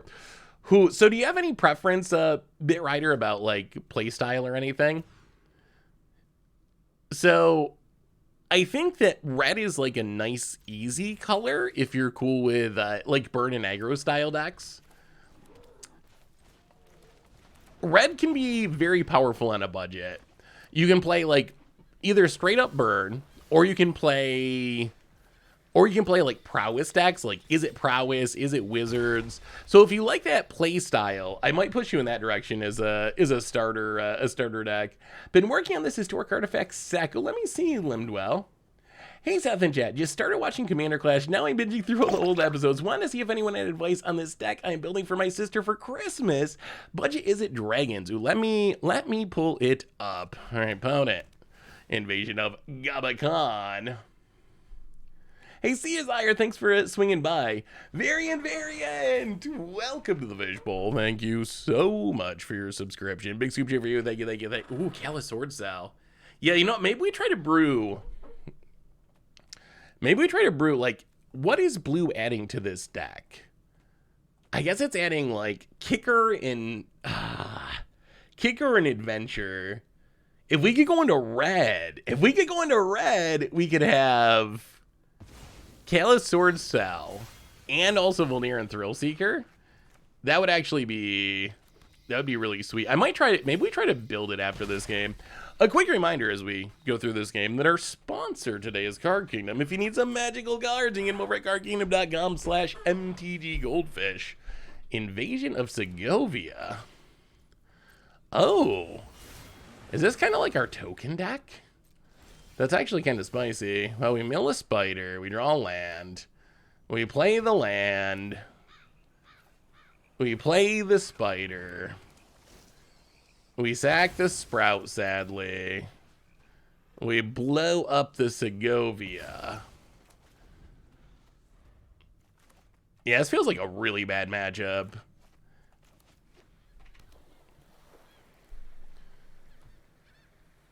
Yeah, we have blue for the Goyf kicker and the can't wake up side of Somnophage, which, like, those are relevant spells. They are relevant. I don't know if we can just cut them all together. Maybe we can be 4-color.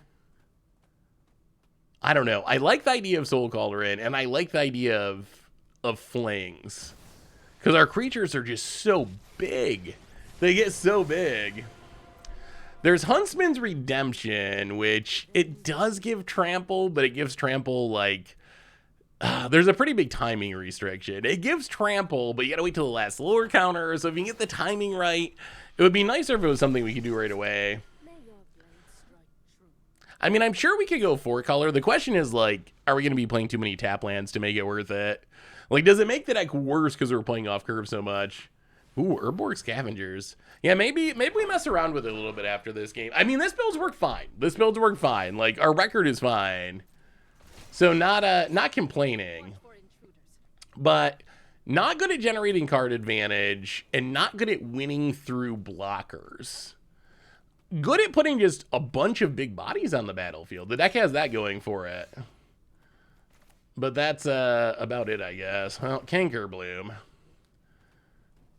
I feel like this ends with our opponent flipping this invasion, and then we pretty much just die about it. Yeah, I think we're pretty dead here. Yeah, maybe we gotta revisit our opponent's deck. This is essentially our Invasion of Segovia deck, which was like the first deck we played after Battles came out. And the deck was so good, but the White Virtue seems like a pretty big upgrade. How do we kill this Emperor? It's tough because there's a very big cost to playing non-creatures. There's a big cost to playing non-creatures because... Oh, jeez. Another Toskia's Welcome. I mean, I think we're just... I don't know if it matters what we do. We're probably losing either way, but counter it, I guess? Yeah, our opponent might just have this one.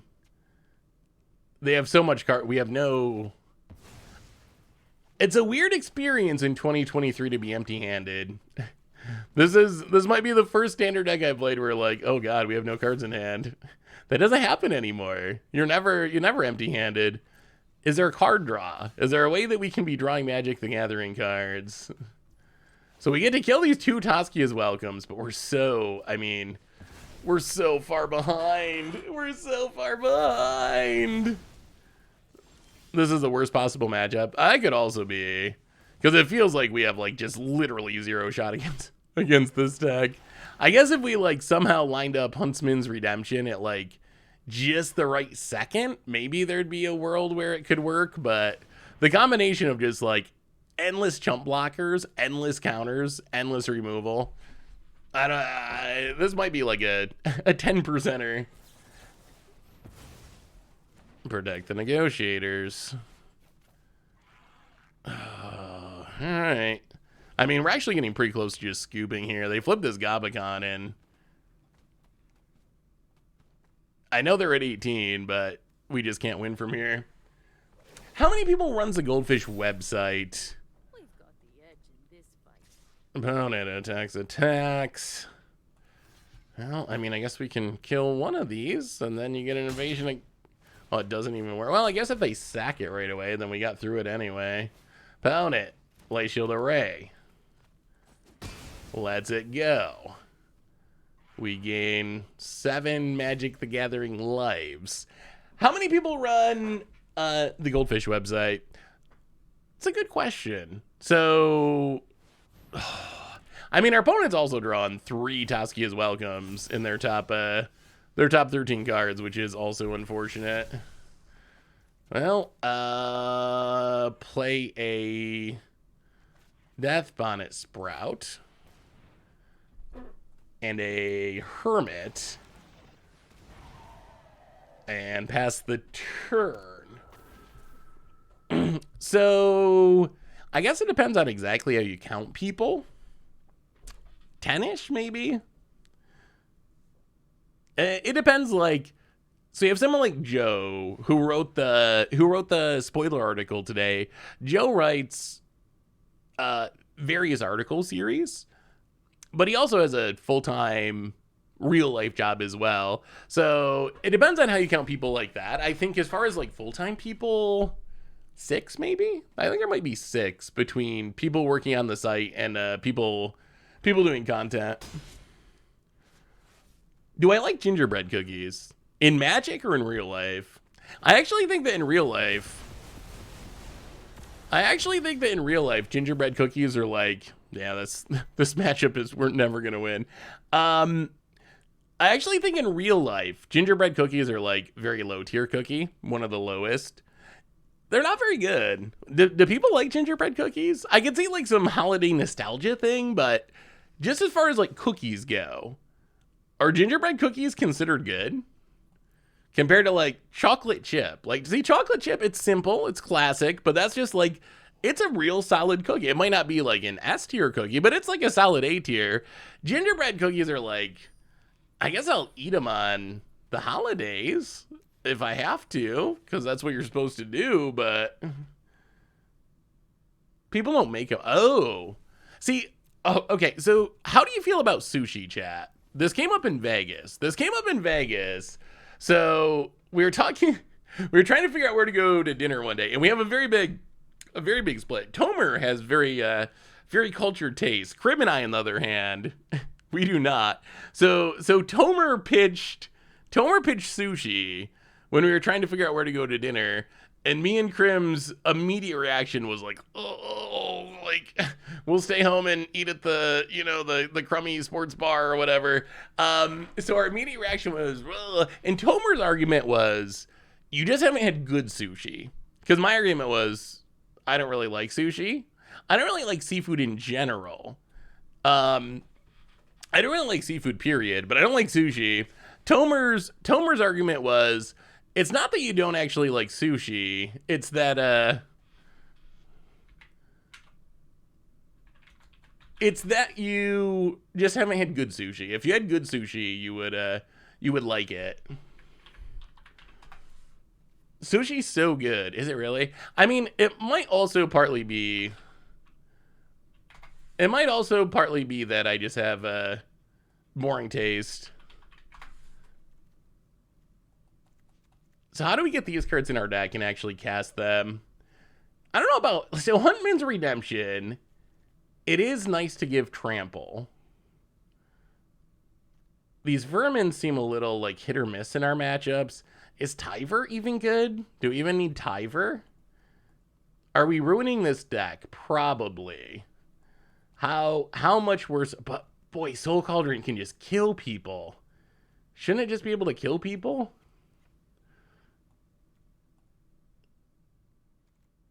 What if we try something like this? And then we need to, yeah, Tyver, it seemed like it essentially was just like playing another Goyf. Like a 3-mana Goyf. We play it, we get back a Goyf, and then it dies. Can we make the mana work is the question. If we make the mana work, so we need a little blue for kicking Goyf and for Cruel Somnophage. We need a lot of green and a little red and a lot of black. All right, we're probably going to have to get rid of like the Beseju.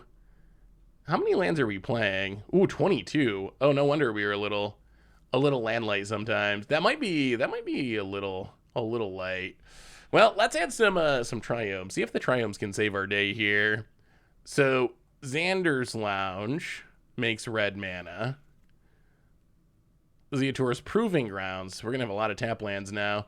So I guess it's a 29 lands. Forest. Llanowar Waste, Dreamroot Cascade.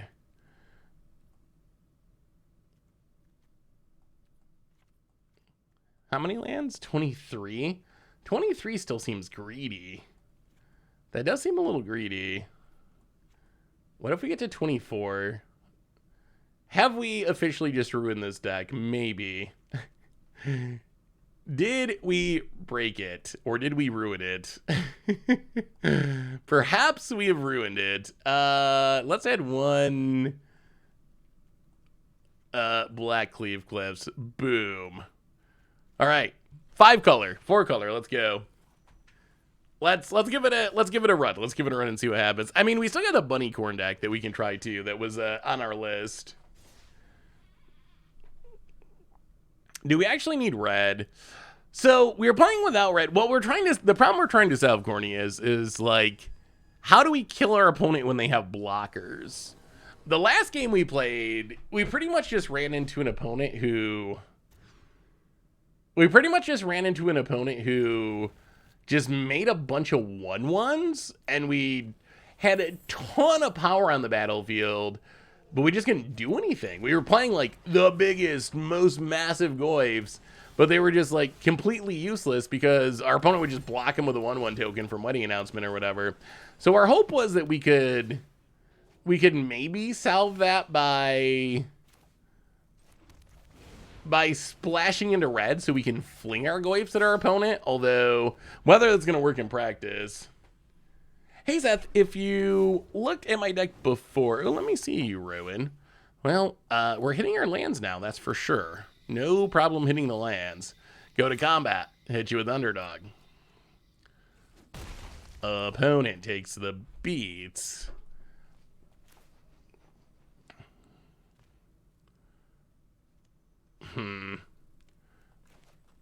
Are we just passing? That seems very awkward. We could fling this and play... Yeah, let's... All right, boom. Burn together. I'm actually kind of worried we're... This is formatted very strangely. All right, Callous Sellsword. Opponent goes to 14. Play the Sellsword. Okay. Pass the turn. We burn them. We did some burning. It's working. News. Troll and Toad no longer hosting MTG products. Is that important? So are they actually no longer doing Magic at all? Or are they no longer buying Magic singles? All right, opponents gonna do some crimming with a Void Rend. Well, we will get in with the Underdog. This Fairy Mastermind's actually going to help our opponent here. We draw a card. Our opponent also draws a card because of Fairy Mastermind. So Troll and Toad, I'm going to have to look this up. So I saw a video that was talking about...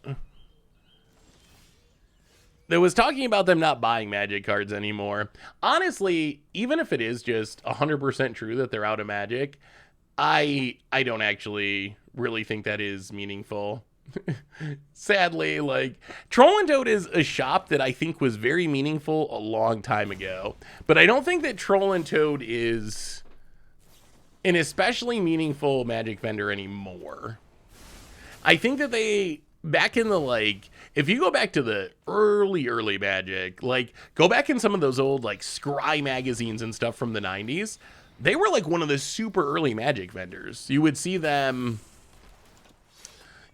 showing up in those super early Magic magazines, and they've been around for a really long time, but I don't think that Troll and Toad is especially meaningful. Wow, we've drawn a lot of lands this game. That is a very high land count. Well, Underdog gets in.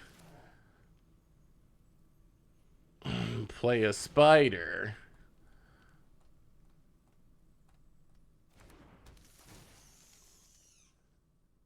Sack the Underdog. Kill the Mastermind. Play take Numa. Pass the turn. Field of Ruin for our opponents. Oh, farewell. Okay, that's not great. Opponent. Razz our board. We draw a Skyfisher. Well, we will play a Death Bonnet Sprout and play a Spider. Sack the Sprout. Blow up the Leyline Binding. Spider has felt really good. I will say that the Spider has felt really good. That's been the... This has been one of the highlights of the deck. This card probably deserves... Seriously. Seriously. Hey Seth, were you able to glance at the fling deck I emailed you last week? I don't think I've seen your fling deck, Ario. I know I still have a bunch of deck list emails that I gotta get to. What, do you have a link to your deck list? Yeah, Farewell is a card that I really kind of dislike. I feel like Farewell's kind of just like a mistake. I think we've talked about this before. I feel like Farewell's a card that WotC, like, trying to get Commander players hyped about something, but it ends up just being like a negative for everyone. Even Commander players don't like it. There's been a lot of discourse recently about Commander, from Commander players about Farewell being a negative. I do have some concerns about the future of Commander. I know Commander's like, let's mulligan. I know that Commander's super popular right now, but I am actually, like, maybe Commander can never die because it's just like so self-regulating and playgroups are going to do what they're going to do. That is a possibility. So it's possible that nothing WotC does actually matters because like I said, like if you don't like something, you just won't play it in your playgroup. Have you noticed that your Commander games just refuse to end and go for like 4 hours now? I feel like the designs we're seeing from WotC are really pushing Commander in the direction of games just literally never ending. And maybe it's fine because people just like will refuse to play these cards, so it ends up not being a big deal. But after seeing like another Farewell type effect that just exiles everything in the Doctor Who set, another Teferi's Protection type effect that's just like, hey, you can't ever lose a game if you cast this. I'm actually starting to worry that, like, I don't know, maybe that's what people want out of Commander. Maybe that's what they're looking for, is like really long, like 3 or 4 hour games. But I think that's the direction that WotC is like pushing the format right now. Fling Gruel. Let me take a look, Ario. Opponent runs out our Hermit. Goes attacking. We mill a Proving Grounds. Well, we're gonna blitz the underdog. Go attacking. Fairy Mastermind's busted. Gonna draw our opponent into more Farewells. Opponent blocks. Drops to 14. We play a land. We draw a card. Our opponent also draws a card because they got a Fairy Mastermind. We draw Xander's Lounge. Okay. Opponent land. Decadent Dragon. Hits us. Well, we flip the Sprout.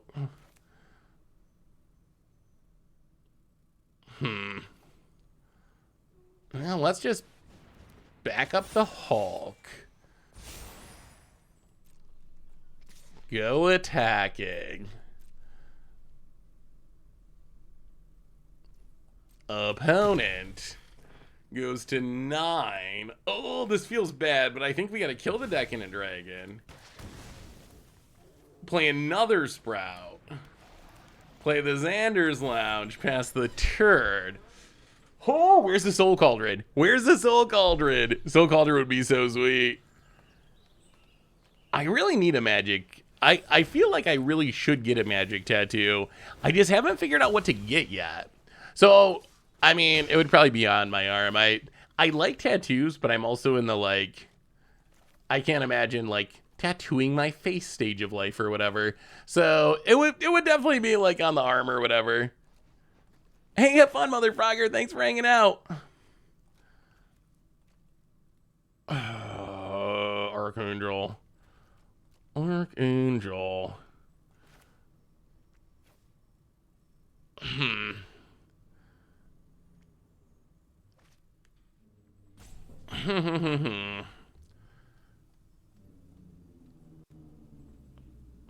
Where's all of our Goyfs and our Soul Cauldrons? We just haven't drawn any of our cool cards this game. Well, Benevolent Geist. And I guess I mean, we put the counters on it, but it doesn't really matter because they can just kill it with the Void Rend. There's the Void Rend. And opponent plays a land. Goes attacking. Well, opponent's back up to 14. Oh, now we draw the Soul Cauldron, but it's too late to matter. Yeah, we definitely can't deal enough damage. Yeah, we definitely can't, because we don't even have the mana to... So if we, like, blitz this, play this, we can put a counter on it. We don't have the mana, though. Ugh. Oh, Gruel Fling. Let me see, Aereo. Ooh, okay, kind of like a prowessy pump spelly style deck. Have you got to play with it much, Aereo? How is it felt? I mean, it looks like a fun idea. Balduvian Berserker, if you can grow its power enough, you kind of double up the damage because it triggers and your fling effect would trigger. But wait, where's the actual... Is there a... Oh, the Callous Sellsword. Yeah, have you played with it much, Aereo? How was it felt? This is eventually definitely a tattoo idea for myself. Oh, that looks cool. Is that a magic tattoo, or is that just a piece of art you like? Yeah, I don't know what magic tattoo I'd get. Hey, what's up, Stone Rain? How are you? Good to see you. Good to see ya. Wait, do you have tattoos, Cat Cam fan? Pokemon? That would be kind of funny, right? Get a Pokemon tattoo. What every magic content creator needs. Oh, that was an image of a Pokemon. I see. I see. Oh, that's cool. I just never got into into Pokemon. I don't know. So the problem with the Panharmonicon tattoo is, how do you get it to come across it and look right? Panharmonicon's like kind of intricate artwork. So that would be the main challenge, I think, is like, could you actually get a tattoo version? Blood Moon would be much easier. Blood Moon, I think you could do a really sweet tattoo of. Opponent. I'm going to do some ego draining. Muldrifter could be sweet. I would also... So, one thing and I'm sure you've experienced this with Magic. When people don't know anything about Magic... Oh, let me see, Shark Boy. When people don't know anything about Magic... There's a lot of explaining involved to try to, like, tell people what Magic is and what it means. So I think a Magic tattoo that makes sense to non-Magic people is probably the most ideal tattoo, just so I don't have to explain it so much. If that makes sense. I'll hit you for 4. All right, we're seeing Soul Cauldron start to maybe do some work. Opponent gonna untap their fairies. Oh, that looks super nice. I like it. See, something like that is like, it's magic-y, but if you didn't know Magic, you're not gonna have to like explain what a Liliana the Veil is or something. It just looks like a cool, colorful tattoo. So that's the kind of tattoo that I think I would really like. Something that's like, if you know Magic, you're like, oh, that's a super cool Magic tattoo. But if you don't know Magic, you're also not going to have to explain what Magic is a million times a day to everyone. Do we kill a fairy? Probably. Yes. So snipe the fairy.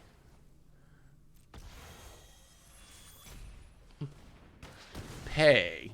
Kill it. Untap. Play the land. Play the spider. Pass the turn. Okay. I mean, the Soul Cauldron plan's been kind of working at the moment. Opponent, Kaido Shizuke. Sure. The system can't fix everything. And gonna do some ninjing.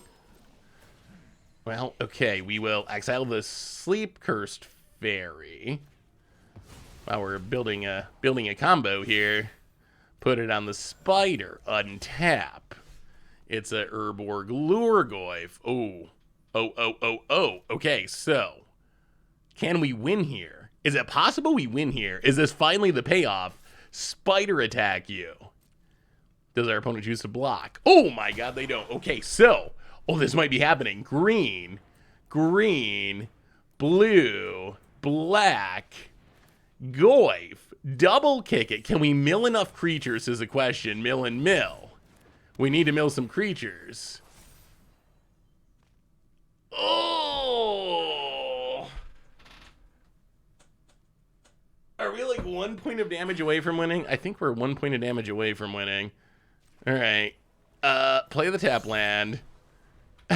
Because we exile the creature, so we hit for 9, so we're 2 points of damage away from winning. About it. Because we have to exile one of our creatures, which will shrink the Goyf to grow the Goyf. Opponent's going to go attacking. And draws with Kaido. I mean, I think odds are still in favor of us winning long term. Well, activate Soul Cauldron. Get rid of a Death Bonnet Sprout.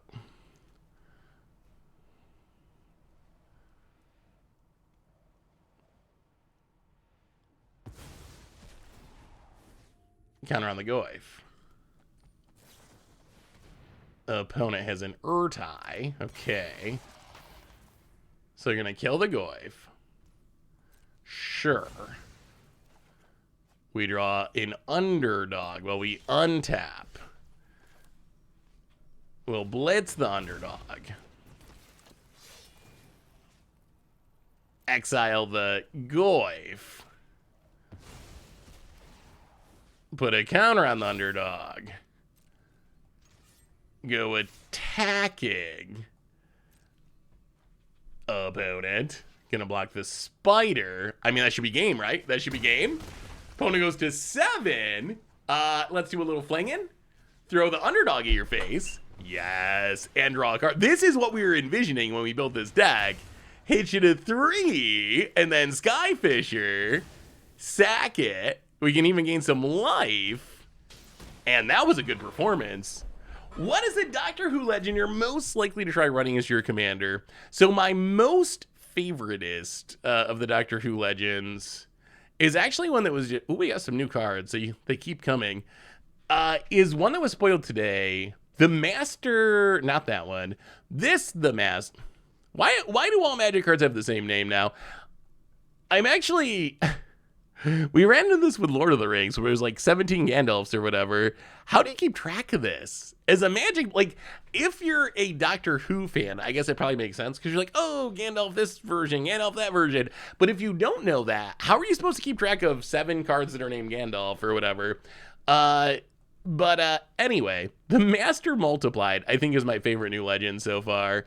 6 mana, 4/3 Myriad. Legend rule doesn't apply to creature tokens you control, so it by itself can attack and in Myriad to make a bunch of copies. And then triggered abilities you control can't cause you to sack or exile creature tokens you control. So essentially, you get to keep your Myriad tokens, but you also get to keep like Kiki Jiki tokens, anything that makes a temporary token until end of turn. It's just an effect that we've never seen before, right? We've just never, ever seen it before. So that's what I usually look for with legends. Like, what does not excite me is, not that they're bad cards or anything, but what does not excite me is, here's the next Boros equipment legend. Like, to me, that is not exciting at all. Sure, whatever. Like, there's a million of them. I don't really care. Like, well done. I'm glad you did it. Sure, that's fine. What excites me is when we see commanders that do something we've just never seen before. And that's where the master falls. It's just like, we literally have never seen anything that do that before. Well, I mean, with we will, with my last comment at least. Oh no, what did I miss? How's this? I'll make you a gallon of mead and a free tattoo with my tattoo gun. Do you do tattoos? I didn't know you did tattoos, Stone Rain. I do need to try the Stone Rain mead at some point. That's on my to-do list if we ever are in the same place IRL. Oh, Becca can do it too. That's true. I mean, ending the turn, I guess, can do a similar shenanigan. Well, I mean, I guess we just can't wake up, start the milling. What is this new card? Haunted by the family. 7 mana, so a huge amount of mana. Did we get to mill? Did they counter us? Okay, we did mill. There's the Kaido. That's not the best for us. Opponent gonna do Kaido-y things. Well, we will play a forest. And yeah, let's just play Goyf and kick it. Play a Goyf, kick it. It's pretty big. So what is this card? Haunted by the Family, 7 mana sorcery. Choose up to 4 target creatures you don't control. For each of them, the creature's controller faces a villainous choice. That creature becomes a 1/1 human creature with no abilities, or you create a token that's a copy of it. It is a creepy family. Is that card worth it? That doesn't, I don't know. That doesn't seem very good to me. 7 mana at sorcery speed is, oh, Sheoldred. Sheoldred? Boo. Boo, opponent. Boo. And also hiss. Boo and hiss. You're not supposed to play Sheoldreds. What kind of standard player plays Sheoldred? Sheoldred. Well, we get to kill the Kaido. That's a little something. So I think we play the land. We play the death. Actually, it's a 6/7. Maybe we just like play the Somnophage. Maybe we just keep running out 6-power creatures and see if that's enough. Maybe it can win through a Sheoldred. Do you think that Sheoldred should be banned?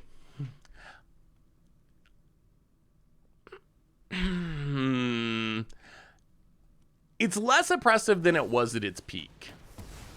I will give it that. It's not as bad as it was at some points in the past. It's still in 44% of decks. At its peak, it was around close to 60, like 58 or something. It was in a really, really huge number of decks. Do I think it has to be banned? No. Would I complain if they banned it? Like, just look at these numbers. 19%, 19%, 15%. Like, in a lot of ways, that's a pretty good amount of diversity among creatures in Standard, with Sheoldred being the outlier that's showing up 2 to 3 times as much as the next most played creature. So no, I'm not like calling for it to be banned or whatever. But if they did ban it, I wouldn't complain. If they did decide that it was just a little too much, that would be acceptable. How do we avoid dying here? Is that even possible? We gotta play this and sack the Goyf. That feels so incredibly bad. What other options are there? We can play this. Play the Death Bonnet Sprout. Get in with a Goyf. Not even sure if we survive. Like, the Sheoldred buffering our opponent's life total is going a long way. Also, we've never hit the red mana, which is a problem.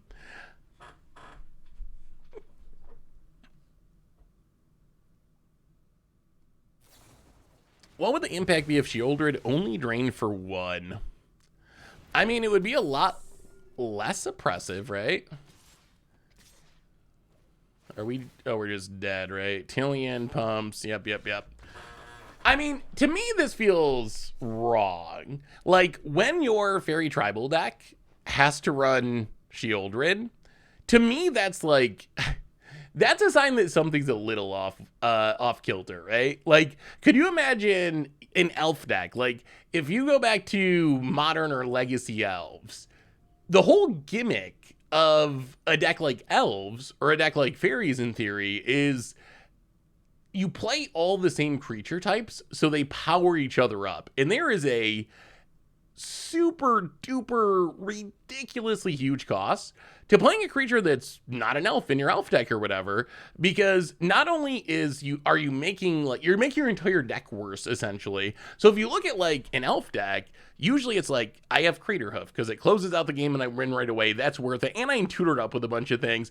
But you don't just play like a random, oh, I'm going to just throw in a random thing that's not an elf because it powers down your whole deck. So I think if you wanted an argument for Shieldred being too good, it being necessary to play in like an actual fairy deck or whatever, to me, that's a pretty strong argument that like it's better than it should be. Whether or not it actually has to be banned, that's one thing, but Snapcaster is one of the best fairies in Modern, though. Are fairies a thing in Modern? Do they still exist? But I think there was a time when you were right. Ugh. Are we gonna keep this? Oh yeah, Shieldred costs a ridiculous amount of money. That's also part of what makes standard deck prices very high, is half of decks are playing Shieldred, and Shieldred is, whoo, not a cheap Magic the Gathering card. What do we do with this hand? His hand is so much of what we want, but we can't technically, you know what, we're gonna try it. We're probably gonna regret this. I mean, we're playing this 5-color mana base. So such things, I guess, are just a cost or 4-color mana base. But these hands, I think, are just like part of the cost of playing this mana base. There's going to be games when this happens. Soul Cauldron's so powerful, we're hoping it can make up for it. Although, whether or not that works out, Seamstress. Oh, come on, deck. Come on, deck. Welcome to the Fishbowl. Thank you so much for your subscription. Big super for you. Thank you, thank you, thank you, thank ya. About it. Granted, it was a back alley. Wait, you had a back alley surgery? Mega Magikarp? Why did you have back alley surgery? I didn't know that back alley surgery was like a thing that commonly happened. I thought it was like a thing you saw in the movies. I didn't realize that was actually a thing that people did. Well, okay, boom, Blanchwood Prowler. Well, a little very late to this party, though, unfortunately. We're already facing down a bunch of fairies and a bunch of counters, and we can only play one thing a turn because... Yeah. Well, I don't know if Goyf is... Oh, you got stabbed. Oh, no. Wait, how did I miss... Did this happen a long time ago, Mega Magikarp? Or is this a recent story? Well, I mean, we can fizzle the Graveyard Trespasser. See, Graveyard Trespasser too. That's not a fairy. I think my real issue is perhaps not Graveyard Trespasser and Shieldred. It's that people call the deck fairies. Maybe that's it. I called it. I remember, if you go back on my Twitter to when they spoiled Wilds of Eldraine, there's a tweet with me saying, you know that there's going to be a deck at Worlds that Shieldred, Graveyard Trespasser, and like 8 fairies, and WotC's going to call it fairies. And that's exactly what happened. It was years ago. I always joke about it being back alley surgery. I've never been stabbed. Thankfully. I hope I never get stabbed.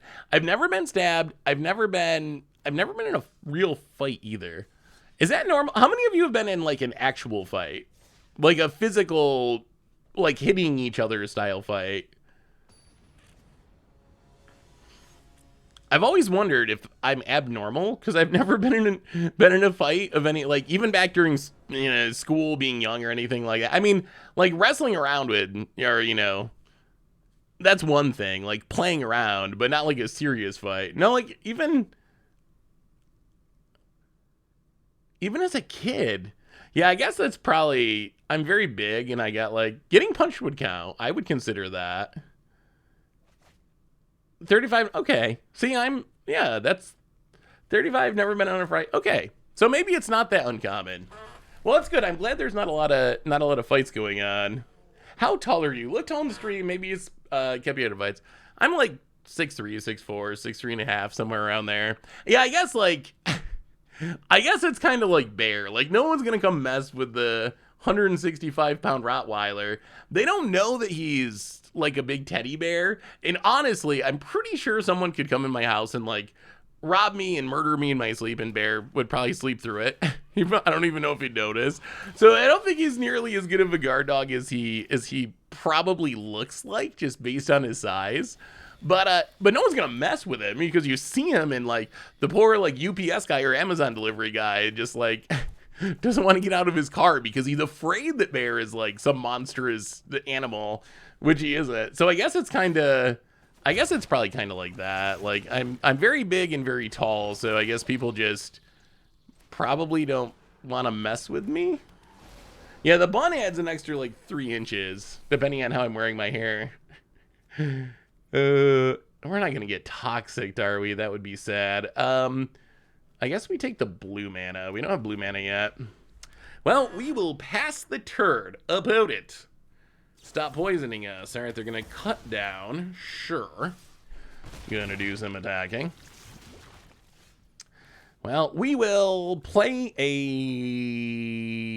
Shipwreck Marsh and a Death Bonnet Sprout and a Tenacious Underdog, and we will pass the turn. We're gonna get the fling kill. We're gonna get the fling kill. Opponent. Oh, come on, Eva. Well, I guess they're on 1 land, so what can they do?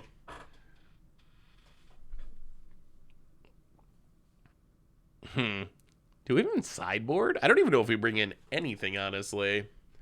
So what else is going on in... So are you getting Doctor Who? I've been trying to figure that out. So I looked up on Amazon, and I know prices vary, and if you can get stuff at your LGS, that's even better. Let me double check. I looked at it yesterday, and decks were like $60 to $70. So depending on the deck list, the cheapest one is $54. The other ones are around $65 to $70. All 4 decks is $240, which is what, $65 a piece? So do you think these commander decks are worth picking up? I've been going back and forth because there are some legit good reprints. There were some good land reprints. There was Carpet of Flowers. Also, what do you think of boosters for this set? I saw a tweet today that was something to the extent of like, thanks to Wizards, like there was feedback with the Warhammer decks that players, really wanted more singles for upgrading their decks or something. So they listened to this feedback and made collector boosters for this set. And I was like, I mean, yeah, I guess technically that's kind of true. But also, why are there collector boosters of this set? Like, are they just trying to it feels, I don't know. The boosters feel almost a little scummy to me, honestly. It kind of feels like printing collector boosters of commander precons rather than just printing them as collector precons. It kind of feels like it's feeding off people with gambling issues, right? Sort of, a little bit. Like, I don't know, that part strikes me weird, the selling boosters of commander precons. I get it, they get to put like the special editions in there, and there'll probably be some serialized stuff or whatever. I don't know, I haven't actually seen confirmation of that. But it does feel a little bad. Like, why would you ever buy boosters when you could buy the whole commander precon? It'll be very interesting to see if anyone buys them. The house always wins. I learned that in Vegas. The house always wins. In the end. I mean, the special treatments are cool. Do you think, okay, here's probably the best question. So Wizards wants to do special treatments, which I think special treatments are fine. Special treatments are a good thing. I'm not anti-special treatments at all. Actually, I think Wizards embracing special treatments is like a super big positive. Because ideally they can make the base versions of cards cheaper. But anyway, special versions are a good thing. if they need to do special versions of something like Doctor Who, would you prefer them do it like this, where they sell collector boosters? Or would you prefer them to do it like they did with Warhammer, and they sold like the very expensive, like blinged out Commander Precon decks? Those were also very expensive, but you knew what you were getting. If I could afford the decks, I would buy all four. Lewis Dweller. I mean, they do. One thing I've learned is Universes Beyond. Wizards goes all out with Universes Beyond. When they do Universes Beyond, it seems like they pull out the good reprints. Yeah, I feel like a blinged out Precon is more player friendly than collector boosters. Like, collector boosters, I wonder how much they cost. I'm gonna look it up. I'm actually curious now. Doctor Who collector booster box. Oh, they're all right. So on Amazon right now, they're $278 for a box. What do you get in these booster boxes? I'm actually curious. Like, what is the upside? So collector boosters, Doctor Who characters, blah, blah, blah. Collector boosters are a shortcut to the coolest Doctor Who cards. Every booster contains 7 to 14 cards of rarity. Whoa. 7 to 14 cards of rarity rare or higher, and a ton of special treatments, including 6 or 7 extended arts. Every pack also contains 2 showcase TARDIS cards, using the Chameleon Circuit to turn magic cards into your favorite space and time with alt frames and alt shiny. Get more shiny cards than you can shake a sonic screwdriver at. Each pack contains a total of 12 cards that clean with gorgeous foil treatments, including 3 to 10. There's such a huge range. Every pack between 7 and 14 rares is just like such a massive, absolutely massive range. That's the part that's cracking me up. Like, if it was like, oh, 3 or 4 rares, okay, I kind of get that, but like 7 to 14 rares, 7 to 14. So I don't even know what it means anymore. I don't even know what it means.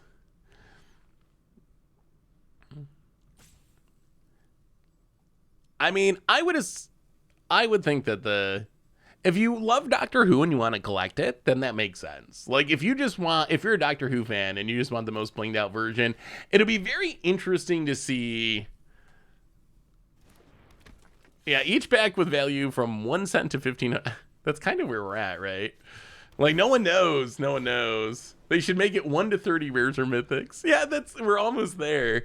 It'll be very interesting to see where it ends up. I am curious to see what the prices of the special versions end up looking like in the future. Like, are the special versions like,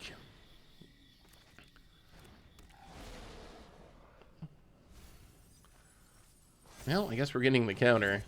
I would be interested to see where the special versions land. Are they going to be really expensive? I kind of feel like it might be a product that not a ton of people buy, so maybe the like blinged out versions actually are, from a financial perspective, worth it because like the supply is really low. And the other thing I'm very interested in with this set is like, what does it mean for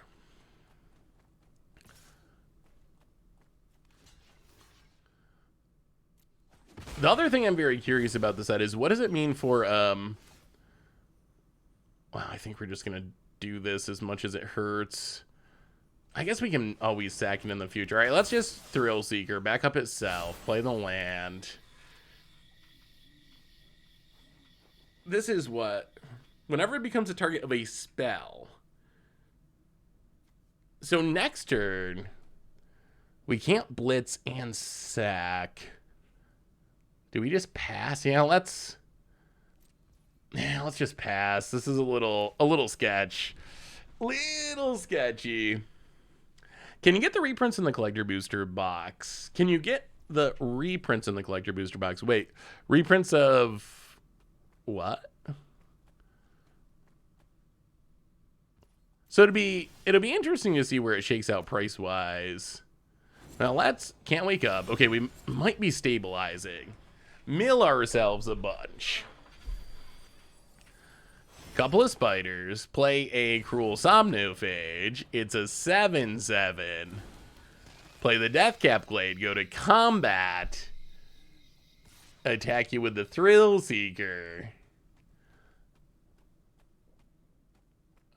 Either that or we get Rot Priest combo. That's the other sad possibility here. Opponent goes to 17 past the turn. Hold. Soul Cauldron is such a cool card. Oh yeah, I believe you can get the reprints as well. Yes. I see what you're saying. Yeah.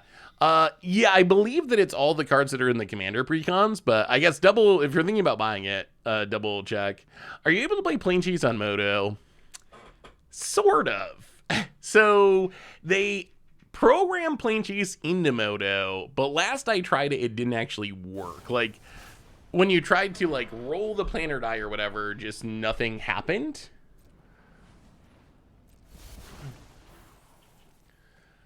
So I believe that it doesn't quite work. Opponent passes. Well, we untap. And we'll play the land. We'll go to combat. We'll attack you. Opponent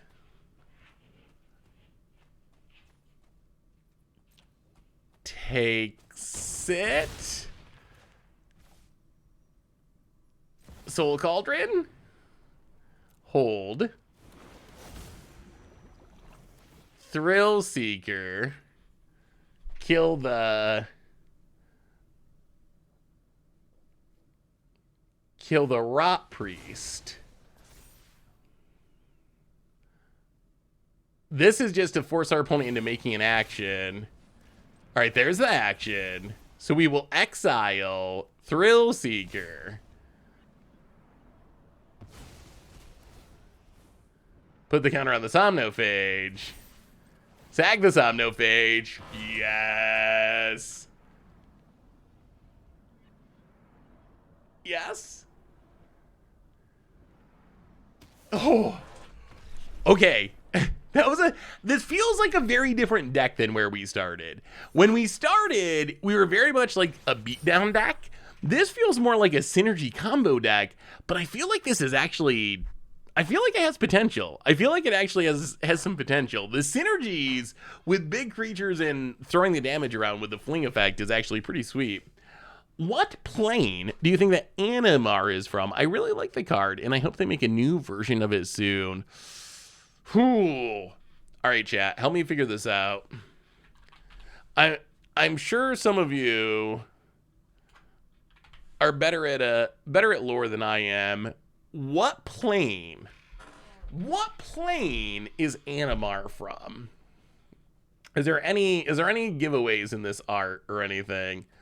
So Animar is the pro Wayne Black. Whenever you cast a creature spell, put a counter on it. Creatures cost 1 less to cast for each counter. It's one of maybe the strongest of the original commanders.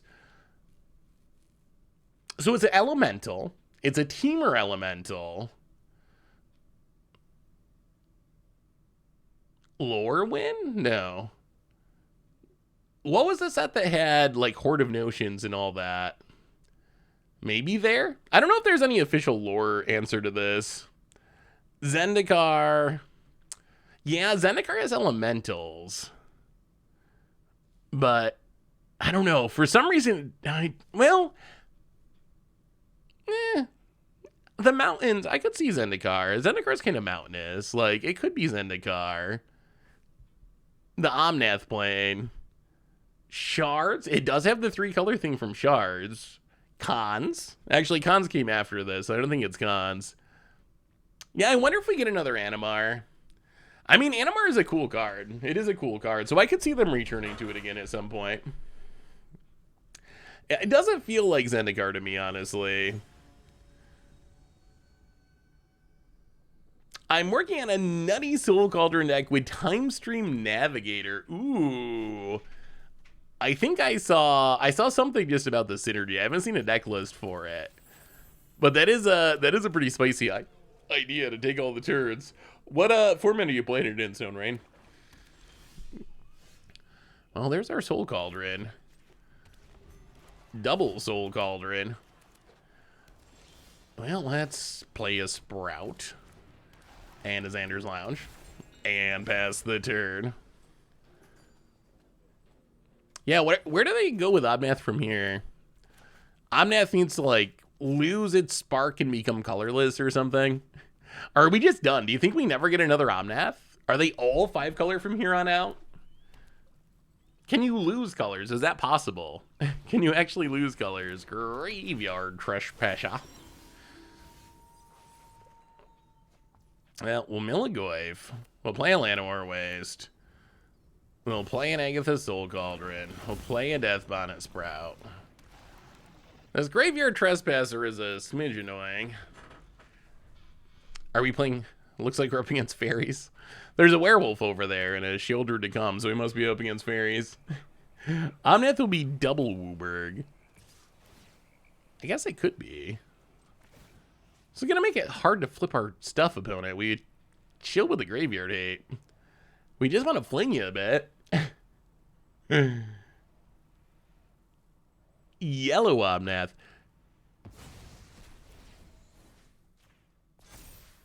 The Arabian Nights actually came up in something recently. Ooh, Explorer. But you need this, yeah, getting the 10 permanents, I guess, is kind of the challenge. Well, opponent hits us down to 13. There's a Shieldred. We called it. Well, we mill a Soul Cauldron, we mill a Forest. I'll play... Oh, I see. We gotta draw.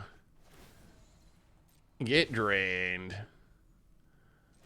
Blanchwood Prowler. Mill some cards. Get back a land. Play the land, and I guess we pass. Our stuff's just so much smaller than our opponent's stuff. Opponent. I feel like we've lost to Shieldred a lot. Ooh, is there a Planeswalker you hope gets a D-Spark card? I still want Venser to come back. Also, whatever happened to Dak Faden? Dak Faden was a cool character. Why have we not seen Dak Faden? Is Dak Faden, like, actually dead? Like, dead? You never know with Planeswalkers, because some of them, they don't really die. They just kind of, like, fake die.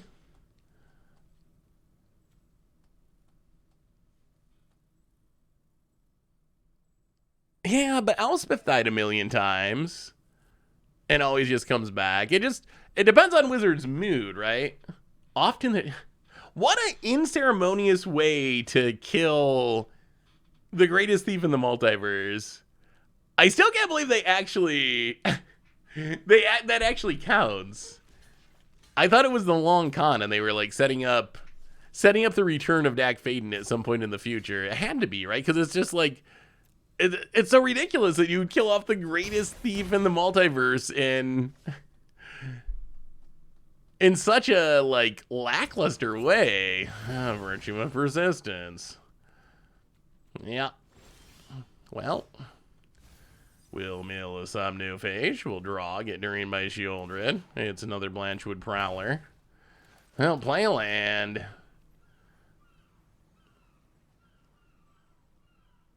Play a Thrill Seeker.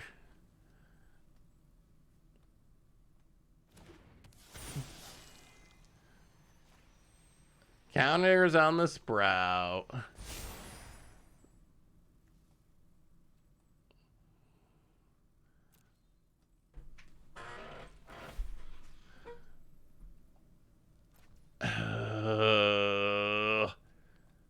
Is there a way out of this? I mean, sack this, hit this, sack this, hit this. That's so much work to kill a Shieldred, and there's still a Graveyard Trespasser. Well, I guess we gotta pass and see what happens. But this is gonna lose its ability. We can sack this, kill the Graveyard Trespasser. Take our Shieldred beats. Maybe that makes the most sense. So let's get in with the Sprout. I think this makes the most sense. So hit our opponent. This Graveyard Trespasser has been making our life miserable. So Death Bonnet Sprout. Sack it to kill the Graveyard Trespasser. Discard the second Soul Cauldron. And now hopefully this spider... Oh, Fairy Mastermind. Okay. Well, hopefully the spider can kill the Shieldred. And then maybe we're kind of stable? Fairies. It's fairies. Opponent, Liliana. Nobody knows And shadows like me. ticks down. Well, it's going to make it tougher. Off you go. Opponent goes to combat. Attacks. Well, we block the Shieldred. Snipe the Mastermind. Well, we need to draw an untap land, I guess. Okay. Get drained. Well, play Blanchwood Prowler.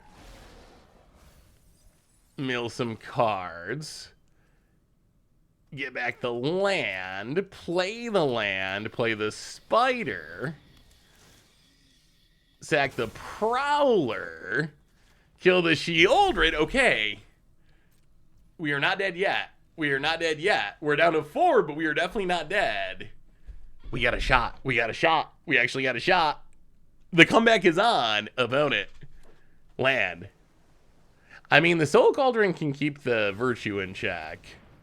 All right, there's a Virtue.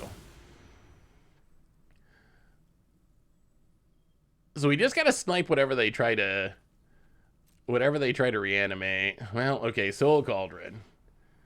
Exile.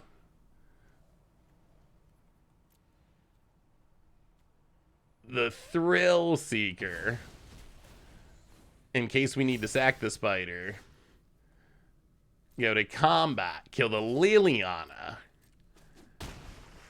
Play the land. Oh, if we win this, this would be an amazing comeback. Opponent, what would you like to reanimate? What would you like to reanimate?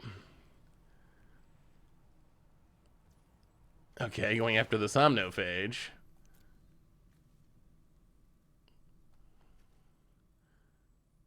Is there a world where we can let them do this? What happens if we let them do it? Oh, it's way too risky. All right.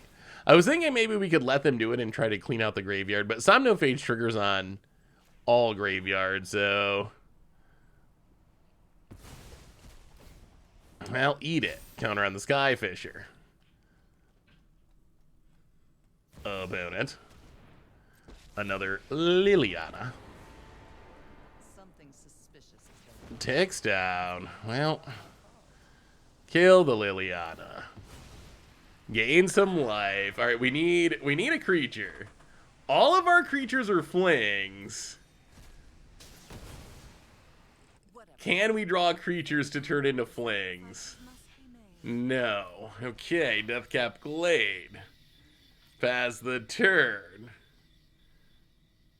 Here comes the Mirror's tokens. Oh, I thought we were going to get back into it. About it. Virtue. Going after our Somnophage. Well, okay. Eat the Somnophage.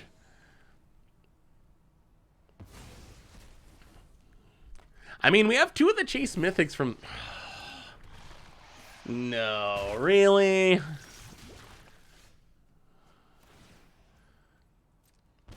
Well, okay. So close and yet so far. Somnophage Mill. Play the Somnophage. And pass the turn. Opponent. Looking at our graveyard.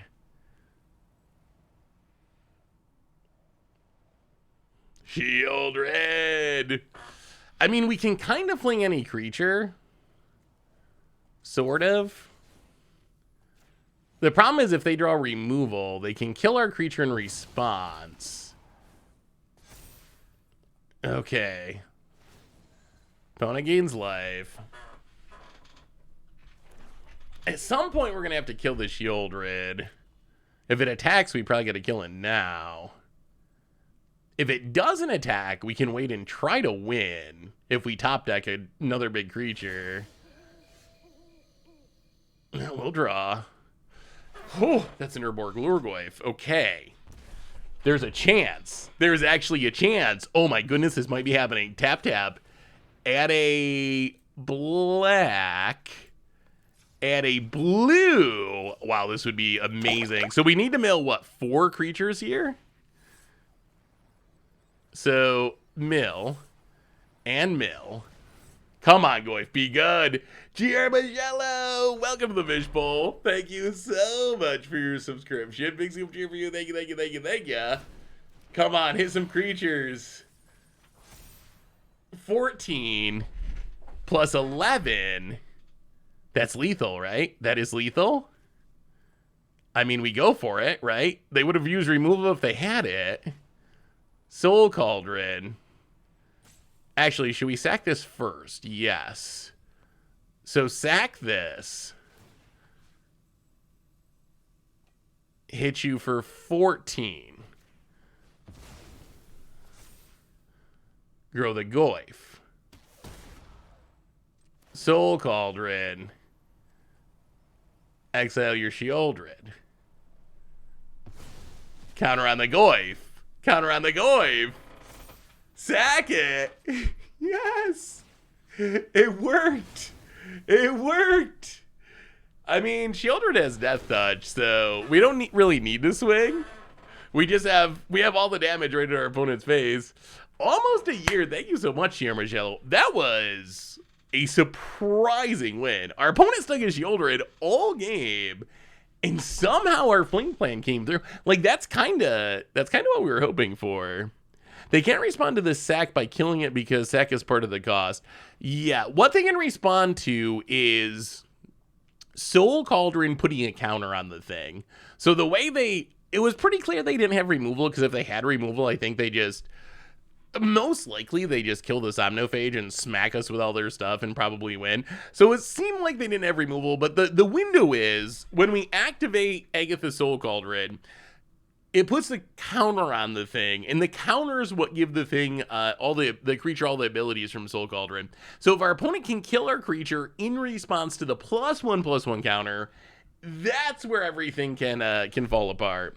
The Spider has been the most impressive card of the night. If there's one takeaway from today's stream, it's that the Skyfisher Spider is actually a pretty good Magic card. Way better than I expected. Like, I expected it to be okay, but it's actually just been kind of great, honestly.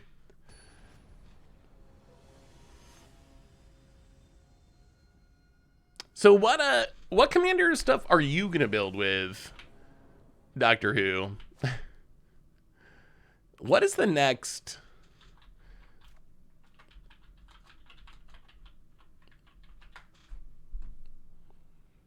What is our next Universes Beyond set? So we got the rest of this year. We have Ixalan, right? So we're going back to Ixalan. Ixalan looks pretty sweet so far.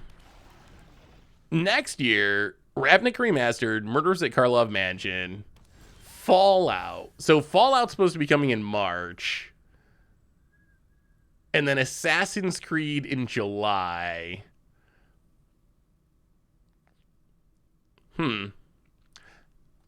Is Assassin's Creed like a big deal? Is that a thing that matters today? I always like the Fallout games. I'm trying to think of... I can't remember the name of the one I played. Was it New Vegas? This was a while. This was like 2008, maybe 2009, 2007, sometime in that era. I think Ixalan's gonna be sweet. I'm hyped for Ixalan. Ugh, Lord Skitter. Well, that's kind of a problem.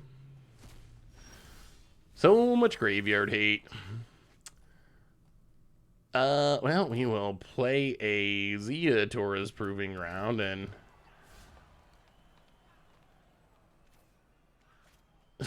pass the turn, I guess? Yeah, Lord Skitter's bad for us. That's pretty bad. Yeah, it was probably New Vegas then.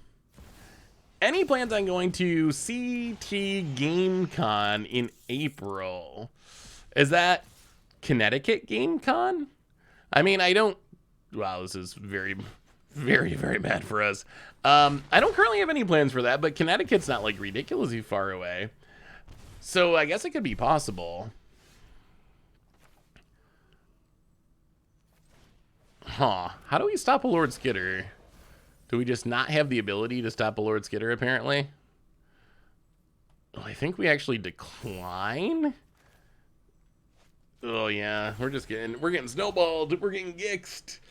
Well, black is still very strong, that's for sure. Oh, last game was so sweet, though. Fallout will be Commander decks, and Assassin's Creed will be beyond boosters, whatever that is. Yeah, I'm curious. I'm curious what that means for Assassin's Creed. Does that mean it's actually, like, a real full set? Is that... But it wasn't listed as, like, a Premier set or Flagpole set or whatever, right? Like, the Lord of the Rings and then Final Fantasy the following year is supposed to be the Flagpole set. So they didn't call it that, but it's going to be in boosters? I don't know. I don't know what Beyond boosters are. I don't think anyone is actually a big fan of Assassin's Creed. It's just that EA has stubbornly turned it into a mediocre ongoing franchise. How does it fit with Magic? So I would say, out of the universes Beyonds that we've had so far as how they actually fit with Magic as a game, I would say that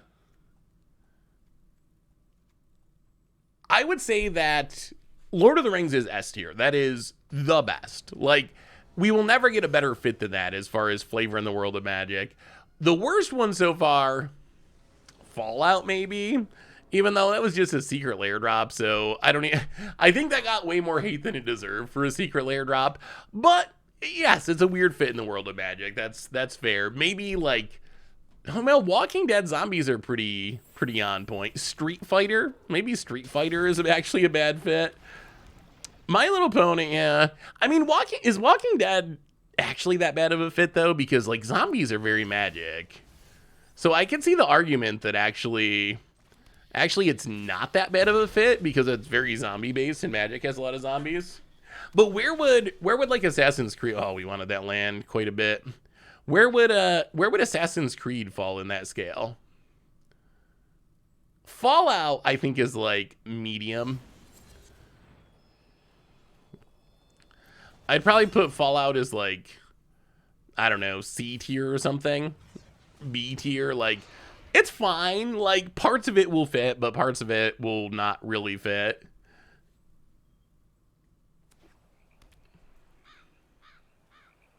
Princess Bride. I mean, Princess Bride is a classic. Princess Bride actually fits pretty well, I guess. Like, Princess Bride is kind of like making fun of high fantasy or whatever, but it's still, I mean, it's still stuff that princes and princesses and stuff that we've seen in like many times before. Yeah, I might get the Princess Bride just because it is a pretty funny movie. I do like the Princess Bride. Oh, Liliana. Missing so many spiders and so little to do with them. Yeah. Well, this feels like a deck that can do cool things, but is probably not consistent enough. Probably not consistent enough to be a real contender against against the current meta of just like play all the strongest cards. The synergies can do some. We saw game one was the best example. Like the synergies to like 24 our opponent through all the shielded shenanigans. But there's something to be said for just like, I'm going to just draw a bunch of cards each turn. Every one of my things is the best at its mana value. That seems to be the way of the world in Standard. I don't think anybody's winning the war on Universes Beyond. You lost the moment that Walking Dead was the most financially successful secret lair. I mean, is there a war on Universes Beyond still? Is that even still a battle that's being fought? I feel like that's like, yeah, I feel like it's just a lost cause at this point. Honestly, like, in some ways, I like Universes Beyond more now than I did in the past. And in some ways, I like it less. Like, oh God, yeah. Seeing the execution of a lot of the decks and how much people designing cards at WotC seem to really love some of the IPs, that is, oh my goodness. That has won me over to some extent. Like, the Warhammer decks were way better than I thought. These Doctor Who decks, something I don't really care about, just seeing how passionate Gavin is and other people are about it, that's really won me over. On the other hand, the amount that they're embracing it, I think is the part that I like the least about it. Like, they're like just so ridiculously all in on it that it's, it might be a bit much. Like, Universes Beyond releases every like 3. I was thinking about it looking at the schedule. Like, it's kind of wild, but if you think about it, we got Lord of the Rings in July, right? Or June, whatever it was. But we got the Lord of the Rings, the full big, yeah, we're super dead. We got the Lord of the Rings, the full big set. And then we are currently getting Doctor Who, the full run of Commander decks, so definitely more than a secret lair. Then we know we're heading to Fallout in March, and then we're heading to Universes Beyond in July.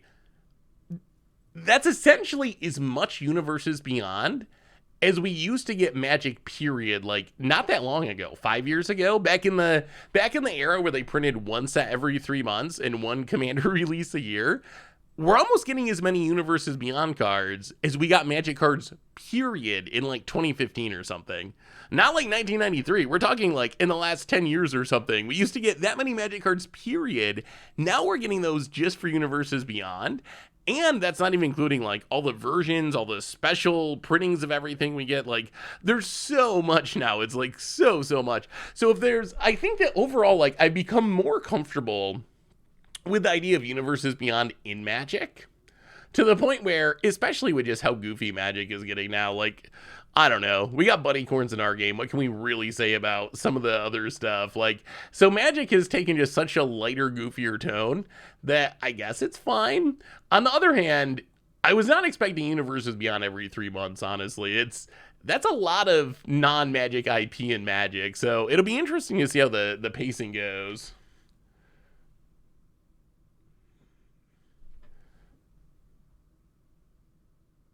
Yeah, I mean, I think the problem is it's easy.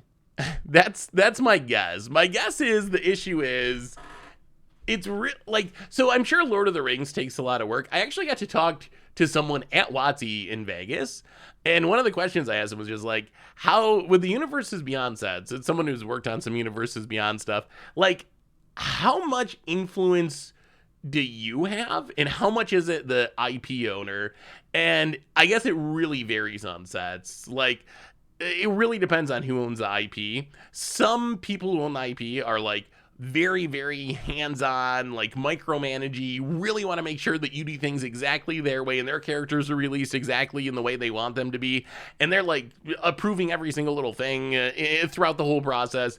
And then other IP owners are just like, yeah, like whatever, like give us the money, like do what you want to do, like whatever, we'll rubber stamp the like final set once it's done. So it's pretty interesting there's such a variety there essentially.